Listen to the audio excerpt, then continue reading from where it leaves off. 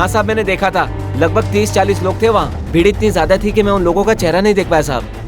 पर इस रोड के किनारे वाले जो दुकानदार है ना, उन लोगों ने जरूर देखा होगा साहब। सर मैं तो खाना खाने गया था, जब वापस आया तब ये सब पता चला सर। साहब यहाँ तो ये रोज का है, इतने लोग जमा थे कि किस किस ने उस बच्चे को मारा ये पता ही नहीं चल पाया। अब साहब मैं अपना धंधा देखूं कि लफड़ा। आज हम देखने जा रहे हैं मुंबई की एक कहानी जो अपने आप में काफी हैरत अंगेज थी। इस कहानी में कुछ ऐसा हुआ जो आपने पहले कभी ना देखा होगा और ना ही सुना होगा। मुंबई के मलाड इलाके में कुछ लोगों ने अचानक एक बच्चे को चोर समझकर पीटना शुरू कर दिया। इस इलाके में पिछले कुछ दिनों से चोरी की वारदातों की वजह से लोगों का गुस्सा भड़का हुआ था और इस गुस्से का शिकार बना ये बच्चा और इस मारपीट में उसकी मौत हो गई। आखिर कौन था ये लड़का और क्या सच में उसने कोई चोरी की थी? सर, उस एरिया में कहीं भी कोई सीसीटीवी नहीं मिली। और कुछ पता चला? उस इलाके में पिछले कुछ दिनों में चोरी की कई वारदातें हुई, इसलिए वहां के दुकानदार काफी नाराज हैं। और इसी नाराजगी के चलते इस बच्चे को पीट पीट कर मार डाला, ये जाने बिना कि इस बच्चे ने चोरी की भी है या नहीं। दीदी पैसे तो कम है, जितना बनता है उतना ही दूंगी ना। मैंने तो एक भी दिन की छुट्टी नहीं की, फिर आपने किस बात के पैसे काटे? शुक्र मना, जितना दिया है वो भी बहुत ज्यादा है। रोज रोज जो तू डब्बे भर भर के खाना घर में ले जाती थी ना, वो फ्री का नहीं आता है। पर दीदी आप तो खाना वैसे भी कचरे में फेंकती हो। बड़ी जबान चलने लगी है तेरी। दीदी कैसी बातें कर रही हो आप? इतना बड़ा परिवार है मेरा, आप जानती हो। ठेका लेके रखा है क्या मैंने तेरे परिवार का? इतने पैसे में नहीं होता है ना तो जाके कहीं चोरी कर। इस बच्चे के लाश के पास आपके दुकान का बिल मिला। आप जानते हैं इसे? हाँ साहब, ये बच्चा मेरी दुकान से दवाई ले गया था। अंकल फीवर है और सर भी बहुत दुख रहा है, कोई दवाई दो ना। हाँ बेटा, एक मिनट। ये देखो, सुबह और रात को खाना खाने के बाद दोनों पत्ते में से एक एक गोली लेना, ठीक है? कितने हुए? 80 रुपये बेटा। आप जानते हैं कि कौन है या कहाँ रहता है? ये मुझे नहीं मालूम, लेकिन सर इधर आसपास ही कहीं रहता होगा। सर लड़के ने दवाई के पैसे तो दिए थे, कहीं ऐसा तो नहीं कि उसने यही दवाई खरीदने के लिए चोरी की हो सकता मगर आसपास के बस्ती में जाके पता करो इस बच्चे को कोई जानता है क्या और वो कहाँ रहता है, और जहाँ उसकी लाश मिली थी आसपास के सभी दुकानदारों को थाने में बुलाओ, शायद उनसे ही कोई क्लू मिल जाए। Yes sir. मैंने कुछ नहीं किया साहब, पता नहीं कैसे लोग इकट्ठे हो गए और उसे मारने लगे साहब। साहब मैं बताता हूँ साहब, मैं सच कह रहा हूँ साहब, मैंने कुछ नहीं किया साहब। वो शाम मार रहा था बच्चे को साहब उसकी दुकान पर। बेवकूफ समझता है पुलिस को, झूठ बोलता है हमसे। तेरे पड़ोसी गरोड़िया ने बताया कि उस बच्चे ने तेरी दुकान पर चोरी की थी, तूने मारा भी था उसे। देख सच सच बता दे, वरना अपने स्टाइल से भी उगलवा सकता हूं मैं। बोल। साहब वो गरोड़िया झूठ बोल रहा है साहब, वो गरोड़िया के साथ मेरी दुश्मनी है साहब, इसलिए वो मेरे को फंसा रहा है। चोरी तो वो रविंदर की दुकान में हुई थी ना साहब, तो मेरा क्या है? तुम लोगों ने अपना सारा गुस्सा उस मासूम बच्चे गोपाल पे निकाला, मार डाला उसे। साहब हम लोग काम धंधे वाले लोग हैं साहब, ऐसा करके काई को अपना धंधा बंद करवाएगी साहब, यकीन कीजिए। बोल। सर मुझे क्या पता था वो लड़का मासूम थे या चोर। कामले मुझे लग रहा है सब लोग झूठ बोल रहे हैं, खुद को बचाने के लिए एक दूसरे पे इल्जाम लगा रहे हैं। और उस मार्केट में भी कोई सीसीटीवी नहीं है जिससे हम किसी बात को कंफर्म कर सकें। हो सकता है कि इस मामले को बस चोरी का मुखौटा पहनाया जा रहा। सर पॉसिबल तो है, क्योंकि जहां हमें बच्चे की लाश मिली उसके आसपास कोई भी चोरी का सामान नहीं मिला। इस बच्चे के बारे में पता चला? सर अब तक कुछ नहीं। बच्चे के फोटो को हमने आसपास के पुलिस स्टेशन में सर्कुलेट कर दिया, लेकिन कोई अपडेट नहीं है। आई, अब तो मैंने तेरी बात मान ली ना। बता मेरा गोपाल कहाँ है? मुझे क्या पता, वो तो तेरे साथ गया था। मतलब आई उसे बुखार था इसलिए मैंने उसे वापस भेज दिया था। वो घर नहीं आया? नहीं। तो पहले बताना चाहिए था ना आई, पता नहीं कहाँ होगा मेरा गोपाल। गोपाल, गोपाल, दादा गोपाल को देखा क्या? काकी, काकी गोपाल को देखा क्या?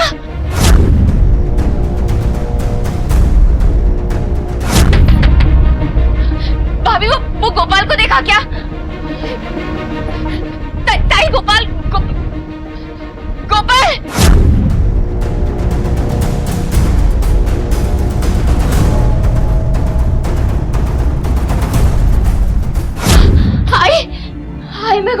सब जगह देखा है, पता नहीं कहाँ चला गया मेरा गोपाल। अरे वो तेरे साथ ही तो गया था ना, तेरे को मालूम होना चाहिए ना, तेरी जिम्मेदारी थी ना। बोली थी ना मैं कि उसको बुखार था, इसके लिए वापस भेज दिया था मैंने उसको। पता नहीं कहाँ होगा मेरा गोपाल, उसकी तबीयत भी ठीक नहीं है, कहीं जाएगा ऐसा बोला भी नहीं था वो तो। मुझे लगता है थाने में चल के रिपोर्ट लिखवानी चाहिए। पागल हो गई है क्या? हाँ पागल हो गई हूँ, मेरा गोपाल गुम गया है, गोपाल नहीं मिला तो पागल ही हो जाऊंगी। गोपाल का घर यही है।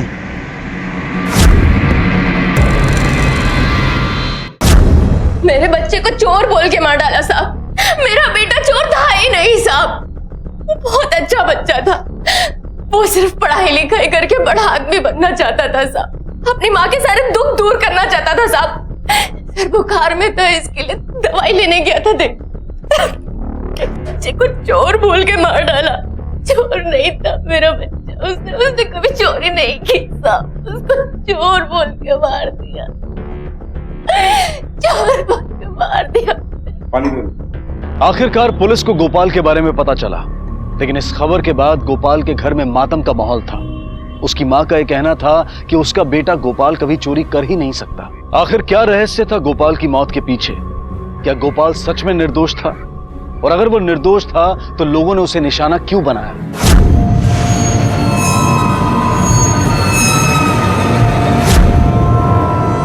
हाँ हाँ हाँ देती हूँ ना बाबा, काहे को मगजमारी करता है। चल फोन रख, बाद में बात करती हूँ। देवा रे देवा, कितना काम बाकी है अभी।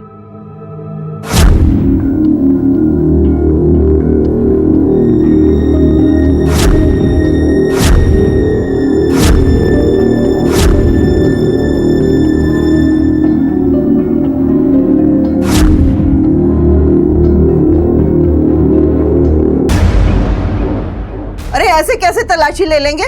आपके पास वो सर्च वारंट है क्या? बिना सर्च वारंट के कोई पुलिस वाला घर में नहीं घुस सकता।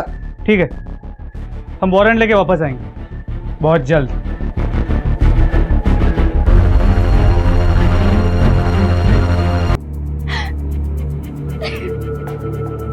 राधा के परिवार की हालत वैसे तो पहले से ही कुछ ठीक नहीं थी, लेकिन गोपाल की मौत के बाद परिवार की हालत बद से बदतर हो गई थी। राधा के ऊपर पूरे परिवार की जवाबदारी थी, क्योंकि घर में कमाने वाली वो अकेली सदस्य थी। गोपाल की मौत की पहेली को सुलझाने के लिए पुलिस ने गोपाल के परिवार के बारे में और गहराई से पता लगाना शुरू किया। कामले, जैसा कि तुमने बताया कि राधा के परिवार में वो अकेली कमाने वाली है और खाने वाले 6, कि गरीबी और मजबूरी इंसान से बहुत कुछ करवाती है। शायद गोपाल ने किसी से पैसे उधार लिए और वो चुकाने के लिए उसे चोरी करनी पड़ी। हो तो ये भी सकता है कि राधा और उसके पति का इन दुकानदारों से कोई लफड़ा हुआ, जिसका बदला लेने के लिए इन दुकानदारों ने ही इनके बच्चे को मार दिया। सर वैसे राधा की सास भी कुछ कम नहीं है, बहुत तेज है, हो सकता है उसी की किसी के साथ कोई दुश्मनी हो। ऐसा करो कि इस बस्ती में जाकर गोपाल और उसके परिवार के बारे में लोगों से पता करो, देखो कि लोग क्या बोलते हैं इनके बारे में।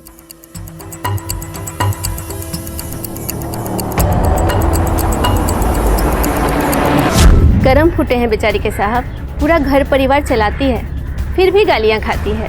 वो डाइन बैठी है ना, उसकी सास बहुत तकलीफ देती है, और उसका अपाहिज पति वो भी कम नहीं है, बहुत मारता पीटता है। सर गोपाल रात को पढ़ता था, दिन में काम भी करता था और हमेशा स्कूल में टॉप मारता था, अपने भाइयों बहनों को भी पढ़ाता था। उस लड़के की माँ या घर वालों को देखा है कभी, या फिर बस्ती में उनका किसी के साथ लफड़ा या कुछ और हो तो याद आ रहा है? नहीं पता साहब। राजेश का भाई सुंदर से आप एक बार मिल लो, वो आपको पूरी जानकारी दे सकता है। ये सुंदर कहाँ मिलेगा? यहाँ बस्ती में रहता है। चल।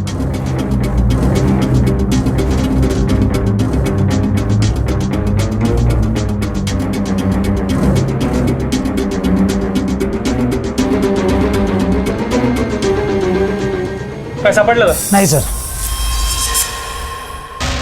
सर वहाँ पर एक खोली में से बहुत गंदी बदबू आ रही है। कहाँ? कौन सी खोली? चलो सर बताता हूँ आपको।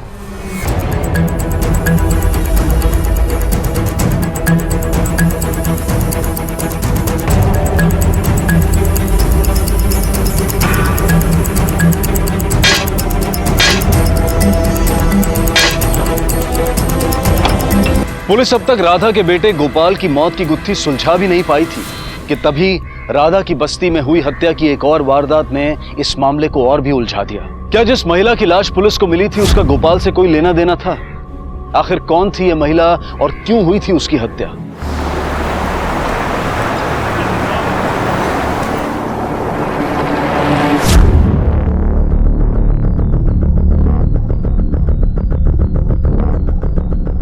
काम नहीं। एलईडी टीवी के साथ साथ फ्रिज, एसी और माइक्रोवेव भी है। कमाल है, ऐसी बस्ती में ऐसा घर। किसका घर है ये? विमला, उसका बेटा दुबई में रहता है, यहाँ वो अकेली रहती थी।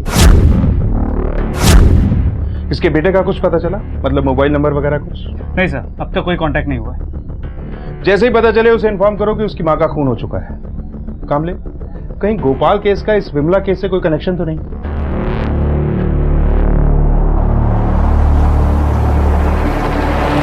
विमला ताई?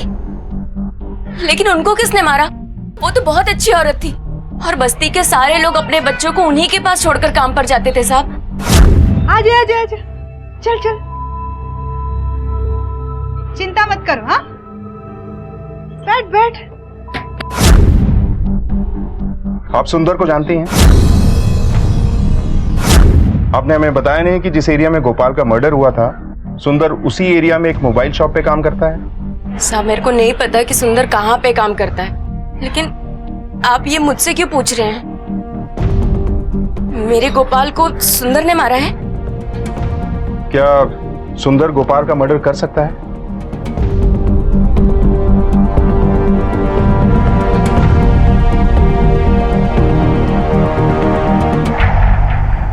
साहब, एक नंबर का हलकट है ये सुंदर। जब से वो राधा के मर्द का टांग गया ना साहब, राजेश और बस्ती के सारे लोग उस पर चांस मारते हैं साहब।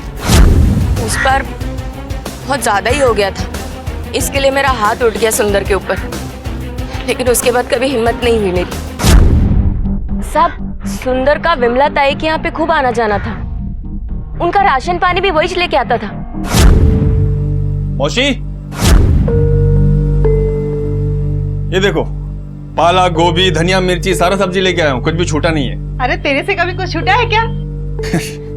क्या मौसी? साहब, वो सुंदर भी दुबई जाना चाहता था, इसलिए विमला ताई के आगे पीछे दुम हिलाता रहता था, जिससे उसके बेटे के जरिए उसके दुबई जाने का रास्ता खुल जाए साहब।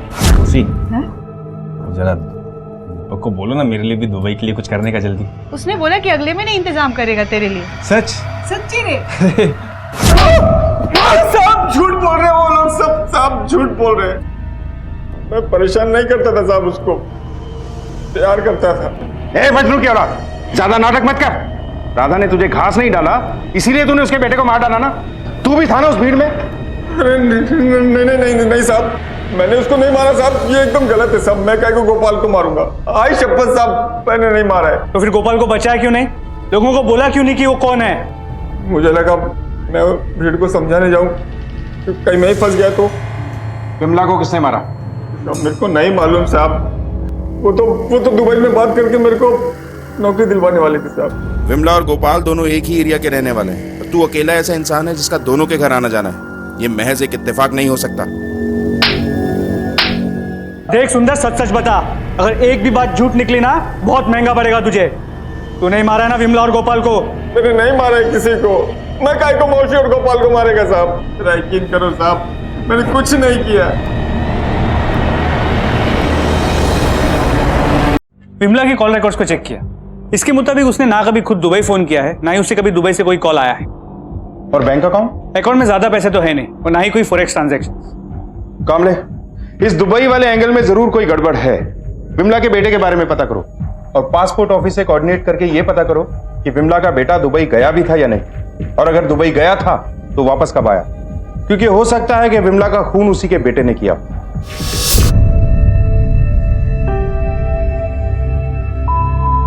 क्या कर रहे हैं मेरे बच्चा?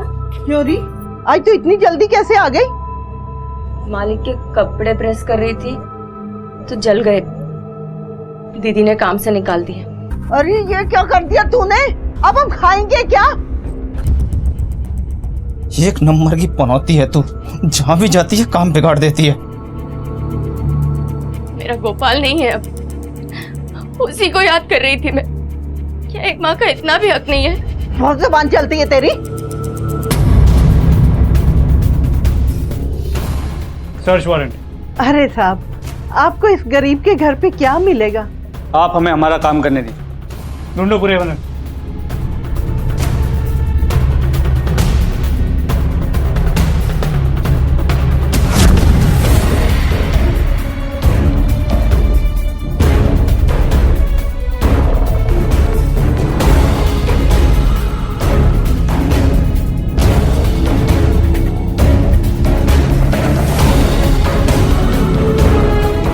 सर 20 से 25 हजार मिले।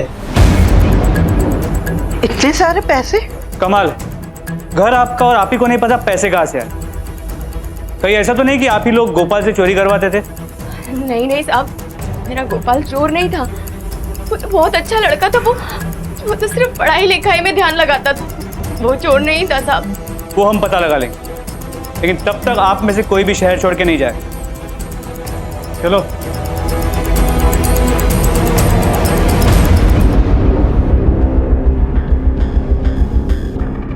सच सच बताई, वो पैसे तेरे ही थे ना? क्या बकवास कर रही है? ए गब्बस, ऐसा कैसा बात कर रही तू आई से? बोल आई, सच बता। वो पैसे तूने ही छुपा कर रखे थे ना? हाँ, चुप कर। आई मैं जानती हूँ, मेरा गोपाल चोर नहीं था। वो पैसे तूने ही छुपा कर रखे थे। हाँ, ये पैसे मेरे ही हैं, मैं नहीं छुपाए थे। और क्या करती? मुझे अपना भी तो सोचना था ना। कल को तू मुझे अपने घर से बाहर निकाल दे तो मैं कहाँ जाऊंगी, किसके आगे हाथ फैलाऊंगी? पर मैंने ये चोरी नहीं की, मैं चोर नहीं हूँ।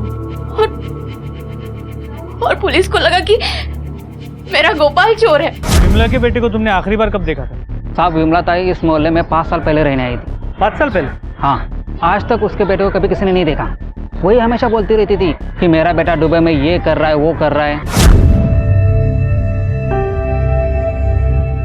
क्या बात है विमला ताई, नया टीवी लाए आप? हाँ, दीपक ने कहा आई मैं पैसे भेजता हूँ, नया टीवी खरीद ले। एलटीडी। एलटीडी नहीं, एलईडी टीवी बोलते हैं उसको, एलईडी। हाँ हाँ, वही वही। अच्छा है ना? अच्छा है।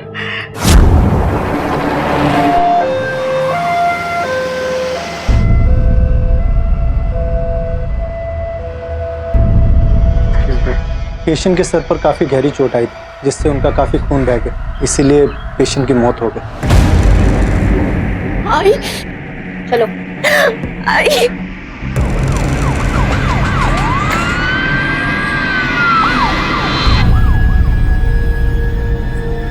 साहब, मैं आई को मारना नहीं चाहती थी साहब। गलती से जोर से धक्का लग गया। मैं अपना गोपाल पहले ही खो चुकी हूँ साहब, और आई मेरे दोनों बच्चों को पीट रही थी। अगर मेरे उन दोनों बच्चों को भी कुछ हो जाता तो मैं क्या करती, मैं कहाँ जाती साहब? बस उसी हाथापाई में आई को जोर से धक्का लग गया और मैं आई को मारना नहीं चाहती थी।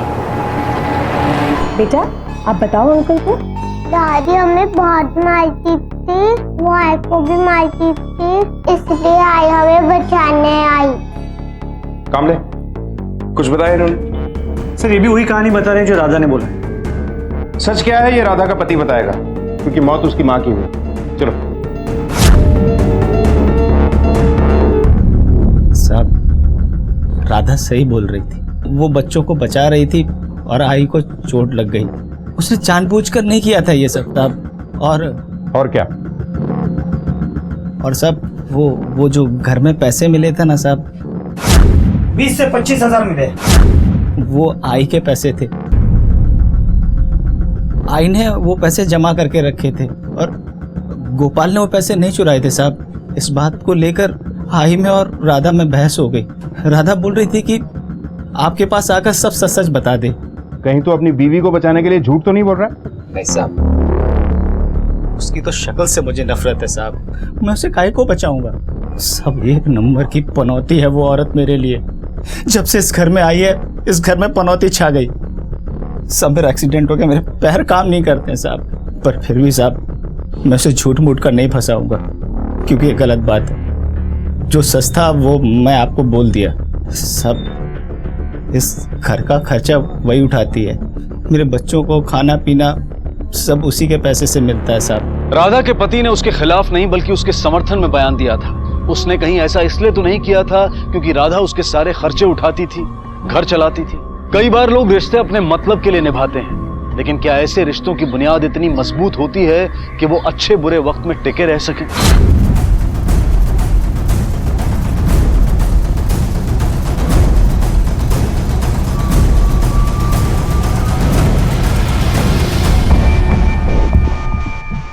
सर, मैंने अपने खबरियों को अलर्ट किया। उसमें से एक खबरी का फोन आया।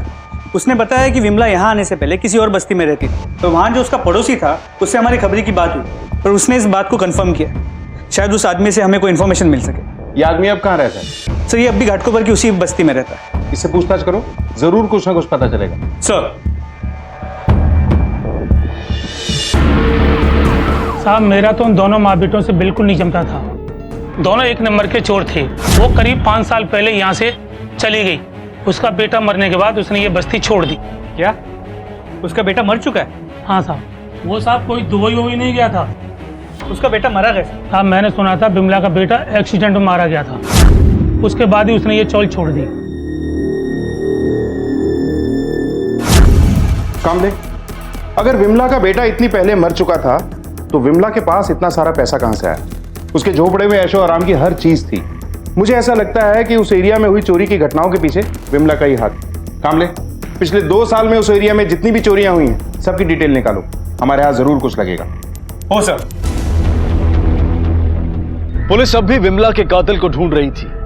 गोपाल की मौत से भी पर्दा नहीं हटा था और इसी बीच पुलिस के सामने कुछ ऐसी बातें आईं जो बेहद चौंका देने वाली थी। सर, उस एरिया में पिछले 2 सालों में होने वाली सभी चोरी की घटनाओं का पता किया। इंपॉर्टेंट बात यह है कि दुकानदारों के हिसाब से इन सभी चोरियों में बच्चों का हाथ है। कहीं ऐसा तो नहीं कोई इन बच्चों को इकट्ठा करके चोरी और लूटपाट का गैंग चला रहा है? और शायद ये विमला भी इसी गैंग की एक सदस्य थी। सर, चोरी सिर्फ दुकानों में नहीं, घरों में भी हुई थी और कई चोरियां तो रिपोर्टेड भी नहीं है। सर, गोपाल पे भी चोरी का इल्जाम लगा था। कहीं गोपाल भी इस गैंग का मेंबर तो नहीं था? विमला ताई, वो तो बहुत अच्छी औरत थी और बस्ती के सारे लोग अपने बच्चों को उन्हीं के पास छोड़कर काम पर जाते थे। साहब, राधा, कोई भी हमें ठीक से बयान नहीं दे रहा है। अगर तुम भी हमें सपोर्ट नहीं करोगी तो हम तुम्हारे बेटे के कातिल तक नहीं पहुंच सकेंगे। तुमने हमसे पहले भी छुपाया था कि तुम्हारा देवर उसी एरिया में काम करता है, इसलिए तुम जो कुछ भी जानती हो हमें बता दो। क्या तुम उन बच्चों के नाम जानती हो जो विमला के घर जाते थे? हाँ साहब। तू इधर क्या करने आई है? सुंदर, तू मेरे से शादी करना चाहता था ना? मैं करेगी तेरे से शादी, तेरे साथ यहीं रहेगी। बस तू मेरे साथ चल के पुलिस को सच बता दे कि मेरा गोपाल चोर नहीं है, उसने कोई चोरी नहीं की। तू जानता है ना कि उसको किसने मारा है? अरे मैं बोलूंगा तो ये नौकरी चली जाएगी। देख, मैं तेरे हाथ जोड़ती हूँ, तू मेरे साथ चल के पुलिस को सब सच बता देना। मेरा गोपाल चोर नहीं था, मेरा बच्चा चोर। चल के बोल दे, मैं तेरे हाथ जोड़ती हूँ। सुंदर, मेरे को मालूम है साहब गोपाल कैसे मरा। मैं बताता हूँ आपको। बड़े सपने थे साहब उसके, बहुत अच्छा और एकदम काबिल लड़का था गोपाल। पढ़ाई में बहुत मन लगता था उसका, बोले तो एकदम किताबी कीड़ा था। हमेशा बोलता रहता था कि पढ़ लिख के कुछ बनूंगा, और फिर अपनी बहन और भाई के साथ अपनी आई को इस इलाके से दूर ले जाकर रखूंगा।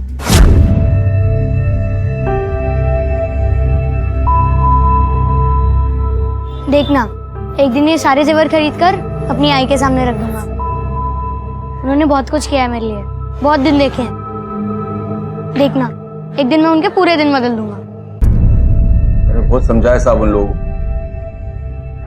मत मारो इसको, लेकिन वो लोग मेरी एक भी नहीं सुने साहब। मैंने तो गोपाल को भी बोला, बोल दे तू ही चोर है, शायद तभी ये लोग तेरे को मारना बंद कर देंगे। लेकिन वो सच्चा था ना साहब, चोर नहीं था वो। मार खाते खाते मार गया साहब, लेकिन माना नहीं कि वो चोर।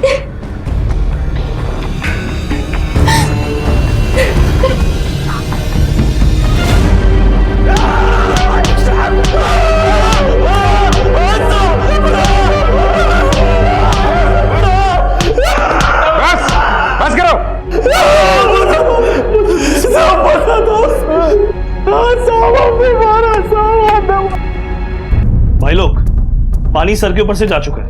अब हमारे पास सिर्फ 2 ही रास्ते हैं, या तो मार्केट बंद करके धंधा छोड़ दो, या फिर खुद ही ऐसा कुछ करो कि अगली चोरी के पहले वो 100 बार सोचे। तुम सही कह रहे हो। और अगर 1 मिनट के लिए पुलिस पकड़ भी ली तो बच्चे छूट जाएंगे, कोई फायदा नहीं होगा। दूसरी बार खुलकर चोरी करेंगे वो लोग। बिल्कुल सही कहा। तो अब करना क्या है? अरे करना क्या, इनमें से कोई भी बच्चा दिखे तो उससे कूदो और ऐसा कूदो उनकी दानी याद आ जाए उन्हें। रविंदर भाई, लातों के भूत बातों से नहीं मानेंगे। क्या करते साहब, रोज कुछ ना कुछ चोरी होता, बर्बाद हो जाते साहब। घर नीलाम होने पे आ गया था साहब। तुम लोगों की गलत फहमी की वजह से एक परिवार ने अपना छोटा सा मासूम बच्चा हमेशा के लिए खो दिया। इस केस में किसी और की गलती का हर्जाना गोपाल को अपनी जान देकर चुकाना पड़ा। कानून को अपने हाथ में लेना जुर्म है और ना ही कानून को हाथ में लेकर कभी इंसाफ की उम्मीद लगाई जा सकती है। जिन दुकानदारों ने गोपाल को अपने गुस्से का शिकार बनाया, अगर वो वक्त रहते इन चोरियों के बारे में पुलिस को बता देते तो शायद आज विमला के गैंग का पर्दाफाश भी हो जाता और साथ ही गोपाल की जान भी बच जाती।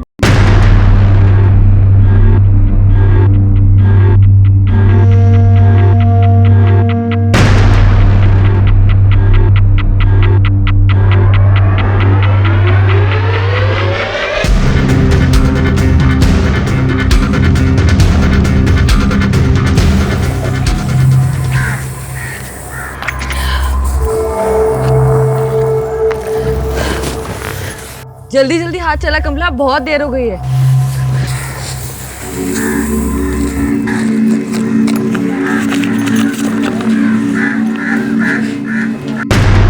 ₹20 लाख दे दो वरना तुम्हारे घर में किसी की मौत होगी।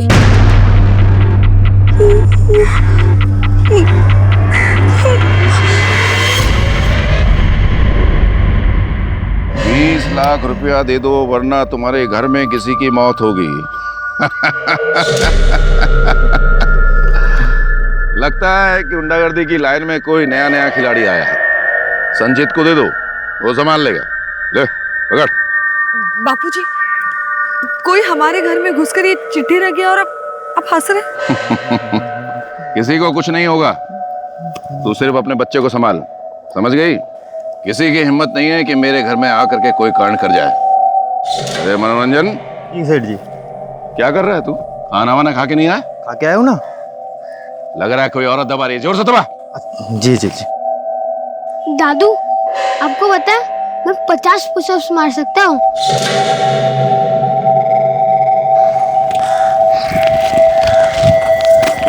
रहने दे बेटा, रहने दे, तेरे बस की ये नहीं है। चारू, आज इसने साबित कर दिया, ये जो मेरा निकम्मा बेटा है ना जिगर, ये उसकी असली औलाद है, क्योंकि इसके बस का भी ये सब कुछ नहीं है, समझे तू? गुजरात के राजकोट में नमो भाई पटेल के घर दिन दहाड़े कोई धमकी भरा खत रख जाता है जिसमें 20 लाख रुपयों की मांग की गई है। आखिर किसने नमो भाई पटेल के घर ये धमकी भरा खत रखा था? क्या वाकई में कोई नमो भाई के घर वालों को नुकसान पहुंचाना चाहता था? क्या हुआ? 50 पुशअप नहीं हुए तेरे? कोई बात, आजा पीछे बैठ, चल। 1 2 3 4 5। रोकती क्यों नहीं है? मैं बहुत रोकने की कोशिश करती हूँ जी, पर वो मेरी सुनते थोड़ी ना। सुनते नहीं मतलब? कभी कुछ काम भी आओगी मेरे? जो काम बाप को करना चाहिए था काका कर रहा है। कौन काका? कैसा काका? ये हमारा सग्गा थोड़ी ना है। 50। दादू, हमारे 50 पुशअप्स पूरे हो गए। नहीं नहीं नहीं नहीं नहीं, ये चीटिंग है, चीटिंग। रानी का बेटा वचन अब लापता था। इसकी रिपोर्ट लिखवाने जिगर रानी के साथ आया था और उसका रानी पर यह आरोप था कि रानी की लापरवाही की वजह से ही वचन कहीं खो गया था। लेकिन इस बात में कितनी सच्चाई थी? कहीं नमो भाई पटेल के घर धमकी भरा खत रखने वाले ने ही वचन को अगवा तो नहीं किया था? आखिर कहां था वचन और उसे किसने गायब किया था? ये है मेरा बेटा वचन। कैसे गायब हुआ ये बच्चा? मैं उसे शहर ले गई थी डॉक्टर के पास। डॉक्टर के पास से आने के बाद हम लोग बाजार चले गए थे कुछ सामान लेने। भैया भिंडी देना। वहीं पर वो मेरी आंखों से ओझल हो गया। मुझे कुछ समझ में ही नहीं आ रहा था। मैंने सब जगह ढूंढा उसे सर, लेकिन मेरा बच्चा कहीं नहीं मिला। पता नहीं कहाँ चला गया। आपका नाम क्या है? सर जिगर पटेल। कहीं आप नमो भाई पटेल के बेटे तो नहीं? जी, मैं उन्हीं का बेटा हूं, पर मेरी पहचान सिर्फ उतनी ही नहीं है। जैसे हमें कुछ पता चलेगा आपको खबर करेंगे, और आप भी अपने आपसी झगड़े को थोड़ा साइड में रख के अपने बेटे को ढूंढने की कोशिश करेंगे तो बेहतर होगा। फिलहाल जा सकता है।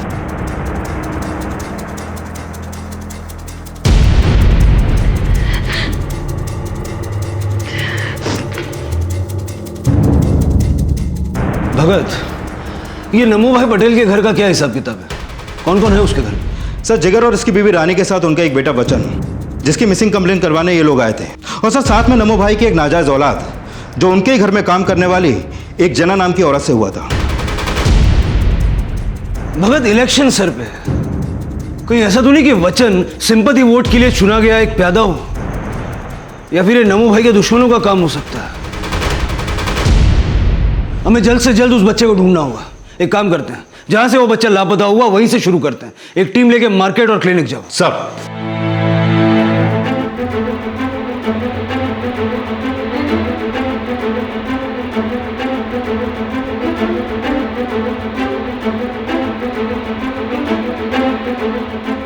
हाँ साहब, सुबह आया था ये बच्चा अपनी माँ के साथ। डॉक्टर को दिखाने के बाद दोनों यहाँ से चले गए थे। इस बच्चे को देखा कहीं पे?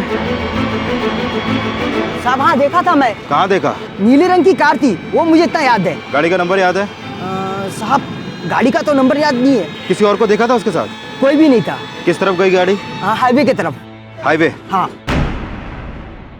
अपोजिशन ने जानबूझ करके हमारे घर पर हमला करवाया है।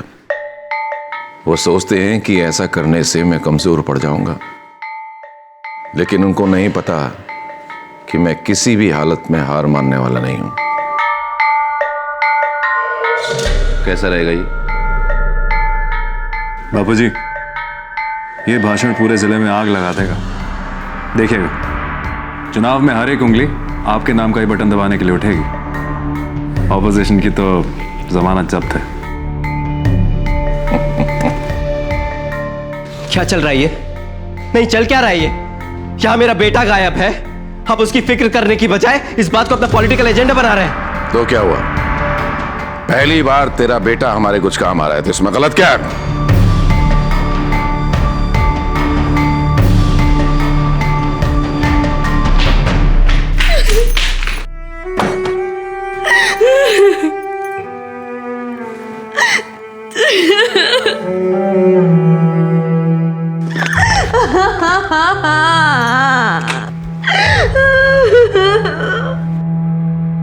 देख रानी, रोने से अब कुछ नहीं होगा।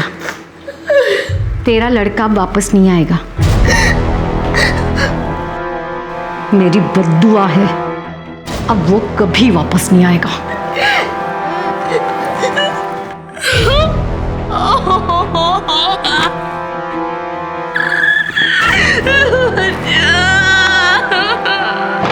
सर, मैंने हाईवे के आसपास सारे सीसीटीवी फुटेज चेक किए। ये कुछ फुटेज हमारे हाथ लगे हैं। सर, ये नेशनल हाईवे 27 पर एक पेट्रोल पंप का 14 अप्रैल दोपहर 12 बजे का सीसीटीवी फुटेज, और इस पेट्रोल पंप के ठीक सामने एक फ्रूट का ठेला लगता है। सर ये देखिए।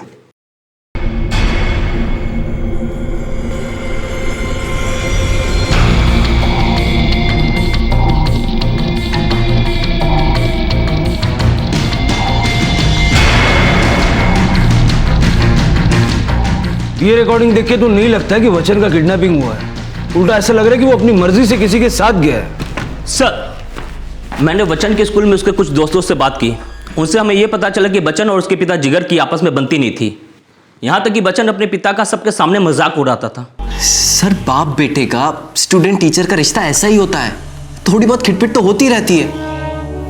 और सर, मेरा इतना स्ट्रॉन्ग फैमिली बैकग्राउंड होने के बावजूद भी मैं एक सेल्फ मेड इंसान हूँ, और मैं यही चाहता हूँ कि मेरा बेटा भी अपनी जिंदगी में अपने पैरों पे खड़ा हो सके, इसलिए उसके साथ थोड़ी सख्ती करता हूँ। कहीं ऐसा तो नहीं कि इसी सख्ती की वजह से वचन खुद से घर छोड़ के भाग गया हो? कम से कम सीसीटीवी फुटेज में तो देख के ऐसे ही लगता। नहीं नहीं सर, ऐसा कुछ भी नहीं है। आपको गलतफहमी हो रही है। मैं वचन को बहुत अच्छे से जानता हूँ, वो ऐसा कुछ नहीं कर सकता।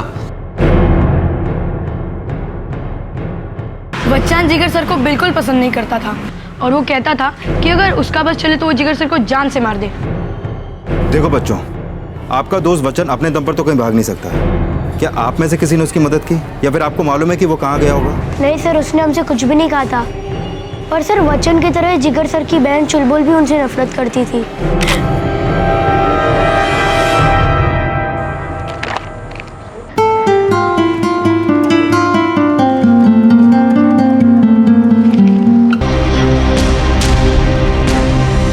एक दिन सारे बदले एक साथ लिखूंगी।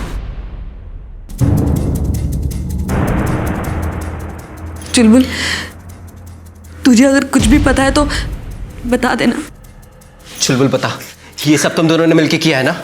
बस मेरी बेटी को इन बातों में मत घसीटो। साहब, मैं अपनी बेटी को अच्छे से जानती हूँ। वचन को भागने में वो कभी मदद नहीं करेगी। बेटा डर मत, बोल दे इनको तूने कुछ नहीं किया। माँ, मुझे किसी से डरवा नहीं लगता। सब मुझे ना ये बिल्कुल भी अच्छे नहीं लगते। मुझे क्या, पूरे घर में पूरे स्कूल में कोई इन्हें पसंद नहीं करता। खुद तो कुछ कर नहीं सके और अपना फ्रस्ट्रेशन दूसरों पर निकालते हैं। अच्छा ये बताओ, 14 तारीख को सुबह 10 से 1 के बीच में तुम कहाँ थे? तुम्हारे स्कूल में हमने पता किया है तुम वहाँ नहीं थी। सर मैं आपको बताती हूँ, लेकिन इन लोगों के सामने नहीं।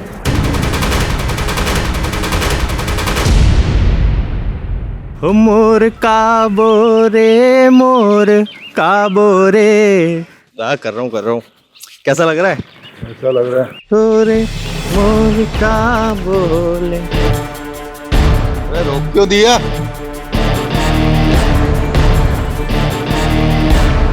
नाम क्या है तेरा? जी मनोरंजन। 14 तारीख को सुबह 9 से दोपहर 3 तक चुलबुल तेरे साथ थी? हाँ साहब, वो हम दोनों एक दूसरे को पसंद करते हैं और ये बात उसके घर में किसी को भी नहीं पता।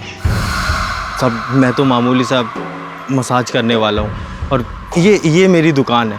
अब अगर ये बात अगर किसी को भी पता लगी उसके घर में तो वो लोग ना जाने मेरा क्या करेंगे। सर अगर चुलबुल ने वचन की मदद नहीं की तो फिर किसने की? भगत, जैसा कि हमने सीसीटीवी फुटेज में देखा, वचन बड़ी आसानी से उस शख्स के साथ गया था।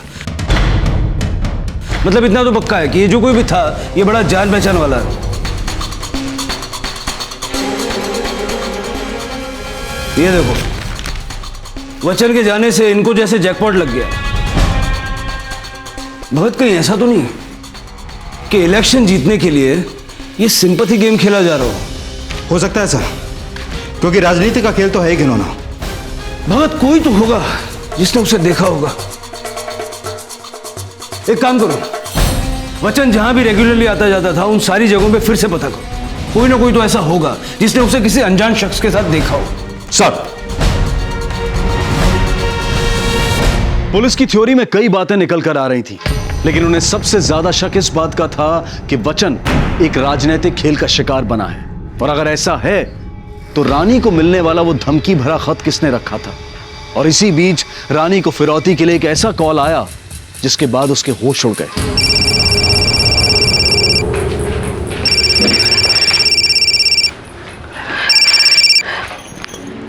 हेलो हेलो, वचन का सर पहले भेजो इधर। कौन बोल रहा है? गलत सवाल पूछ की क्या चाहिए? 20 लाख चाहिए और 20 लाख नहीं दिया तो 20 टुकड़े करके भेजूंगा इस लड़के का। Hello hello. अरे कौन है? किसका फोन है? अरे तुम रो क्यों रही हो? किसका फोन था? अरे रोना बंद करके बताओगी? किडनैपर का फोन था। 20 लाख रुपए मांगे।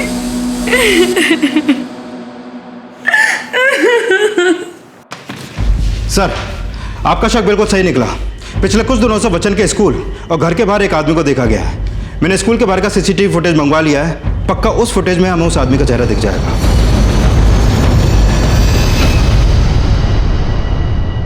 ये लो, इसे पार्टी के दफ्तर में पहुंचा देना। जाओ। क्या कहना चाहती थी? बापूजी, जिन लोगों ने वचन को अगवा किया है वो 20 लाख की फिरौती मांग रहे। आप उन्हें 20 लाख रुपए दे दीजिए ना, फिर वो मेरे बच्चे को छोड़ देंगे। देख, ये सब हमारे दुश्मनों की चाल है। वो हमें डराना चाहते हैं। वो थक हार करके खुद ही छोड़ देंगे हमारे वचन को। थोड़ा इंतजार कर। इंतजार? किस बात का इंतजार करूं? हाँ, कि वो मेरे बच्चे को मार दे, कि आपकी राजनीति यहाँ पर और भी चमके और आपको हमदर्दी के सारे वोट मिल जाए, है ना?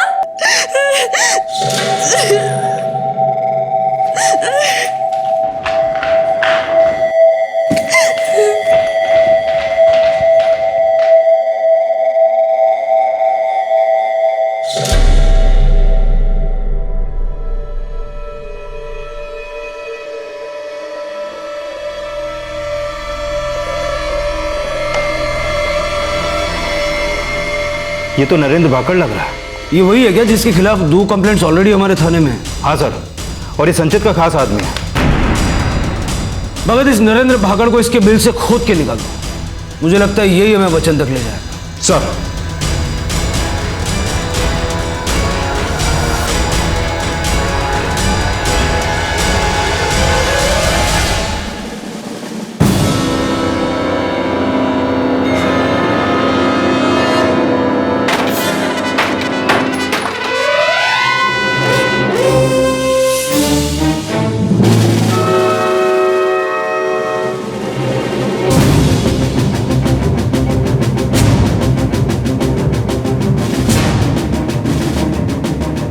लगता है नरेंद्र बच्चन को किडनैप करके टॉर्चर करने वाला था। एक काम करो, इस गांव का चप्पा चप्पा छान मारो, सारे खबरियों का अलर्ट करो। कहीं ना कहीं तो मिलेगा ये नरेंद्र भाकड़। हाँ भगत। सर, अभी अभी नमो भाई के घर से कॉल आया था, रानी गायब है। व्हाट? रानी कब से घर नहीं लौटी? सर, सुबह जब हम सोकर कर उठे तो देखा कि वो घर पर नहीं थी। सर, रानी के कमरे से फोन मिला है। किसका फोन है? सर, ये तो रानी का फोन है। यहां वहां ढूंढने से कुछ नहीं मिलेगा। रानी का चक्कर चल रहा था। चक्कर? किससे? संचित से। क्या? काफी समय से मुझे शक था कि रात में रानी हम सबको जो दूध देती है उसमें कुछ मिलाती है, क्योंकि जैसे मैं दूध पीती थी झट से मुझे नींद आती थी और सुबह उठते ही सर भारी सा हो जाता था। एक रात मैंने दूध पिया ही नहीं और रानी का पीछा किया।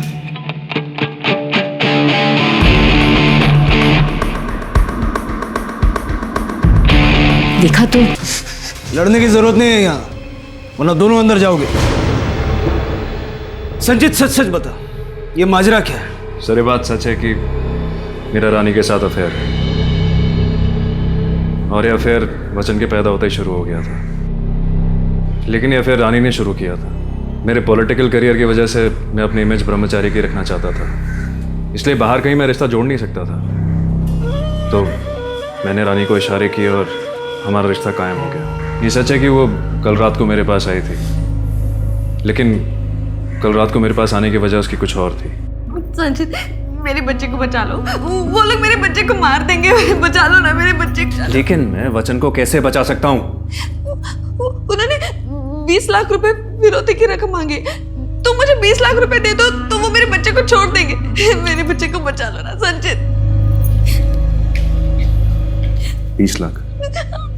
तुम्हें ऐसा क्यों लगता है कि मैं तुम्हें 20 लाख रुपए दूंगा?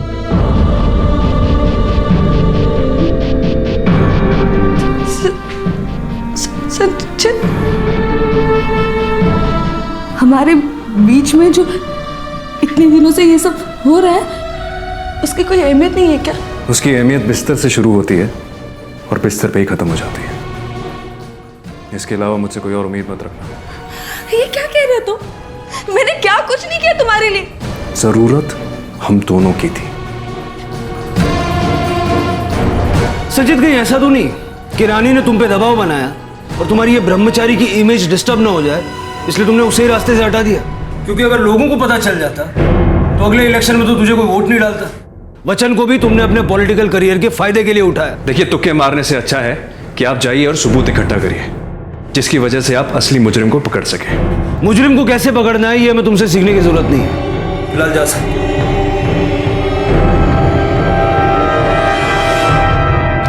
पात्रा, फौरन रानी के कॉल रिकॉर्ड निकलवाओ, क्योंकि अगर उसने अपने जानने वाले हर शख्स से 20 लाख रुपए की मांग की है तो इसका मतलब कि उसे 20 लाख की फिरौती के लिए कॉल आया होगा। उसके कॉल रिकॉर्ड्स में हमें वो नंबर मिलेगा जिससे उसे फिरौती के लिए कॉल आया, और यही नंबर हमें वचन तक पहुंचा सकता है।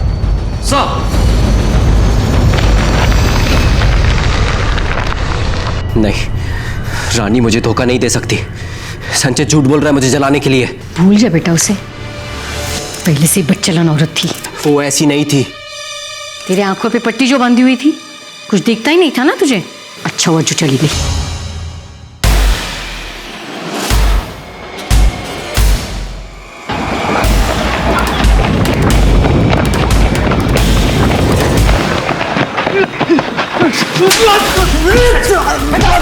बताता हूँ सर, बताता हूँ सर।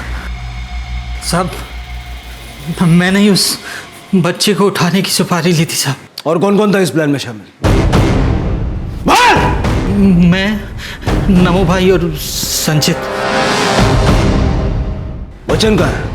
उसके साथ क्या किया तुमने? सर, हमारा प्लान था उसे किडनैप करने का, लेकिन जिस दिन हम उसे किडनैप करने वाले थे वो पहले ही गायब हो गया था। क्या?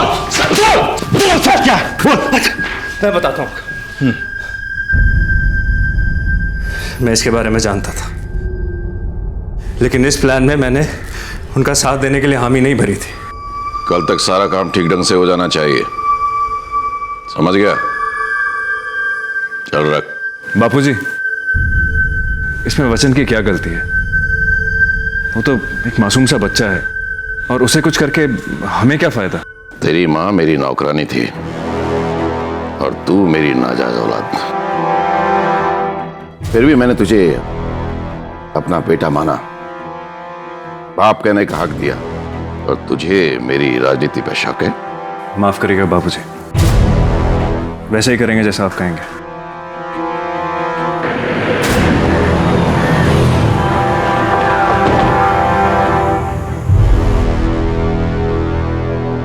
आइए आइए दरोगा बाबू, आज इधर कैसे आना हुआ? आपको अरेस्ट करने के लिए। अरेस्ट? किस बात के लिए? अपने पोते वचन की किडनैपिंग प्लान करने के जुर्म में। हम जानते हैं कि उस बच्चे को आप अपने पॉलिटिकल माइलेज के लिए यूज कर रहे हैं। राजनीति का नियम ही है, कुछ पाने के लिए कुछ खोना पड़ता है। अरेस्ट करो हमने। साहब, आप लोग पीछे हटिए, वरना आप लोग भी अंदर जाएंगे। चलो। चलिए इंस्पेक्टर साहब, और वैसे भी आप ज्यादा देर मुझे जेल में नहीं रख पाएंगे। जितनी भी देर आप अंदर रहेंगे हम बुलवा लेंगे वचन कहाँ है। हम नहीं जानते कि वचन कहाँ है। इससे पहले भागड़ उसे किडनैप करता, किसी और ने उसे उठा लिया था। झूठ मत बोल। किसी और को क्या फायदा वचन को किडनैप करके? देख, पता तो हम लगा ही लेंगे, बेहतर होगा कि तू ही बता दे। बोल। मैं सच कह रहा हूं, इससे ज्यादा मैं कुछ नहीं जानता।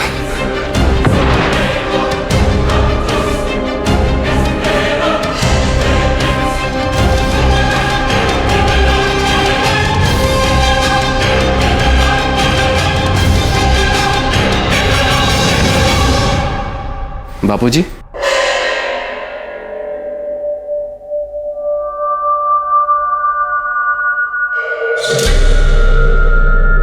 बोल।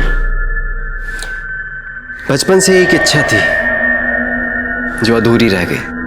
क्या इच्छा थी तेरी?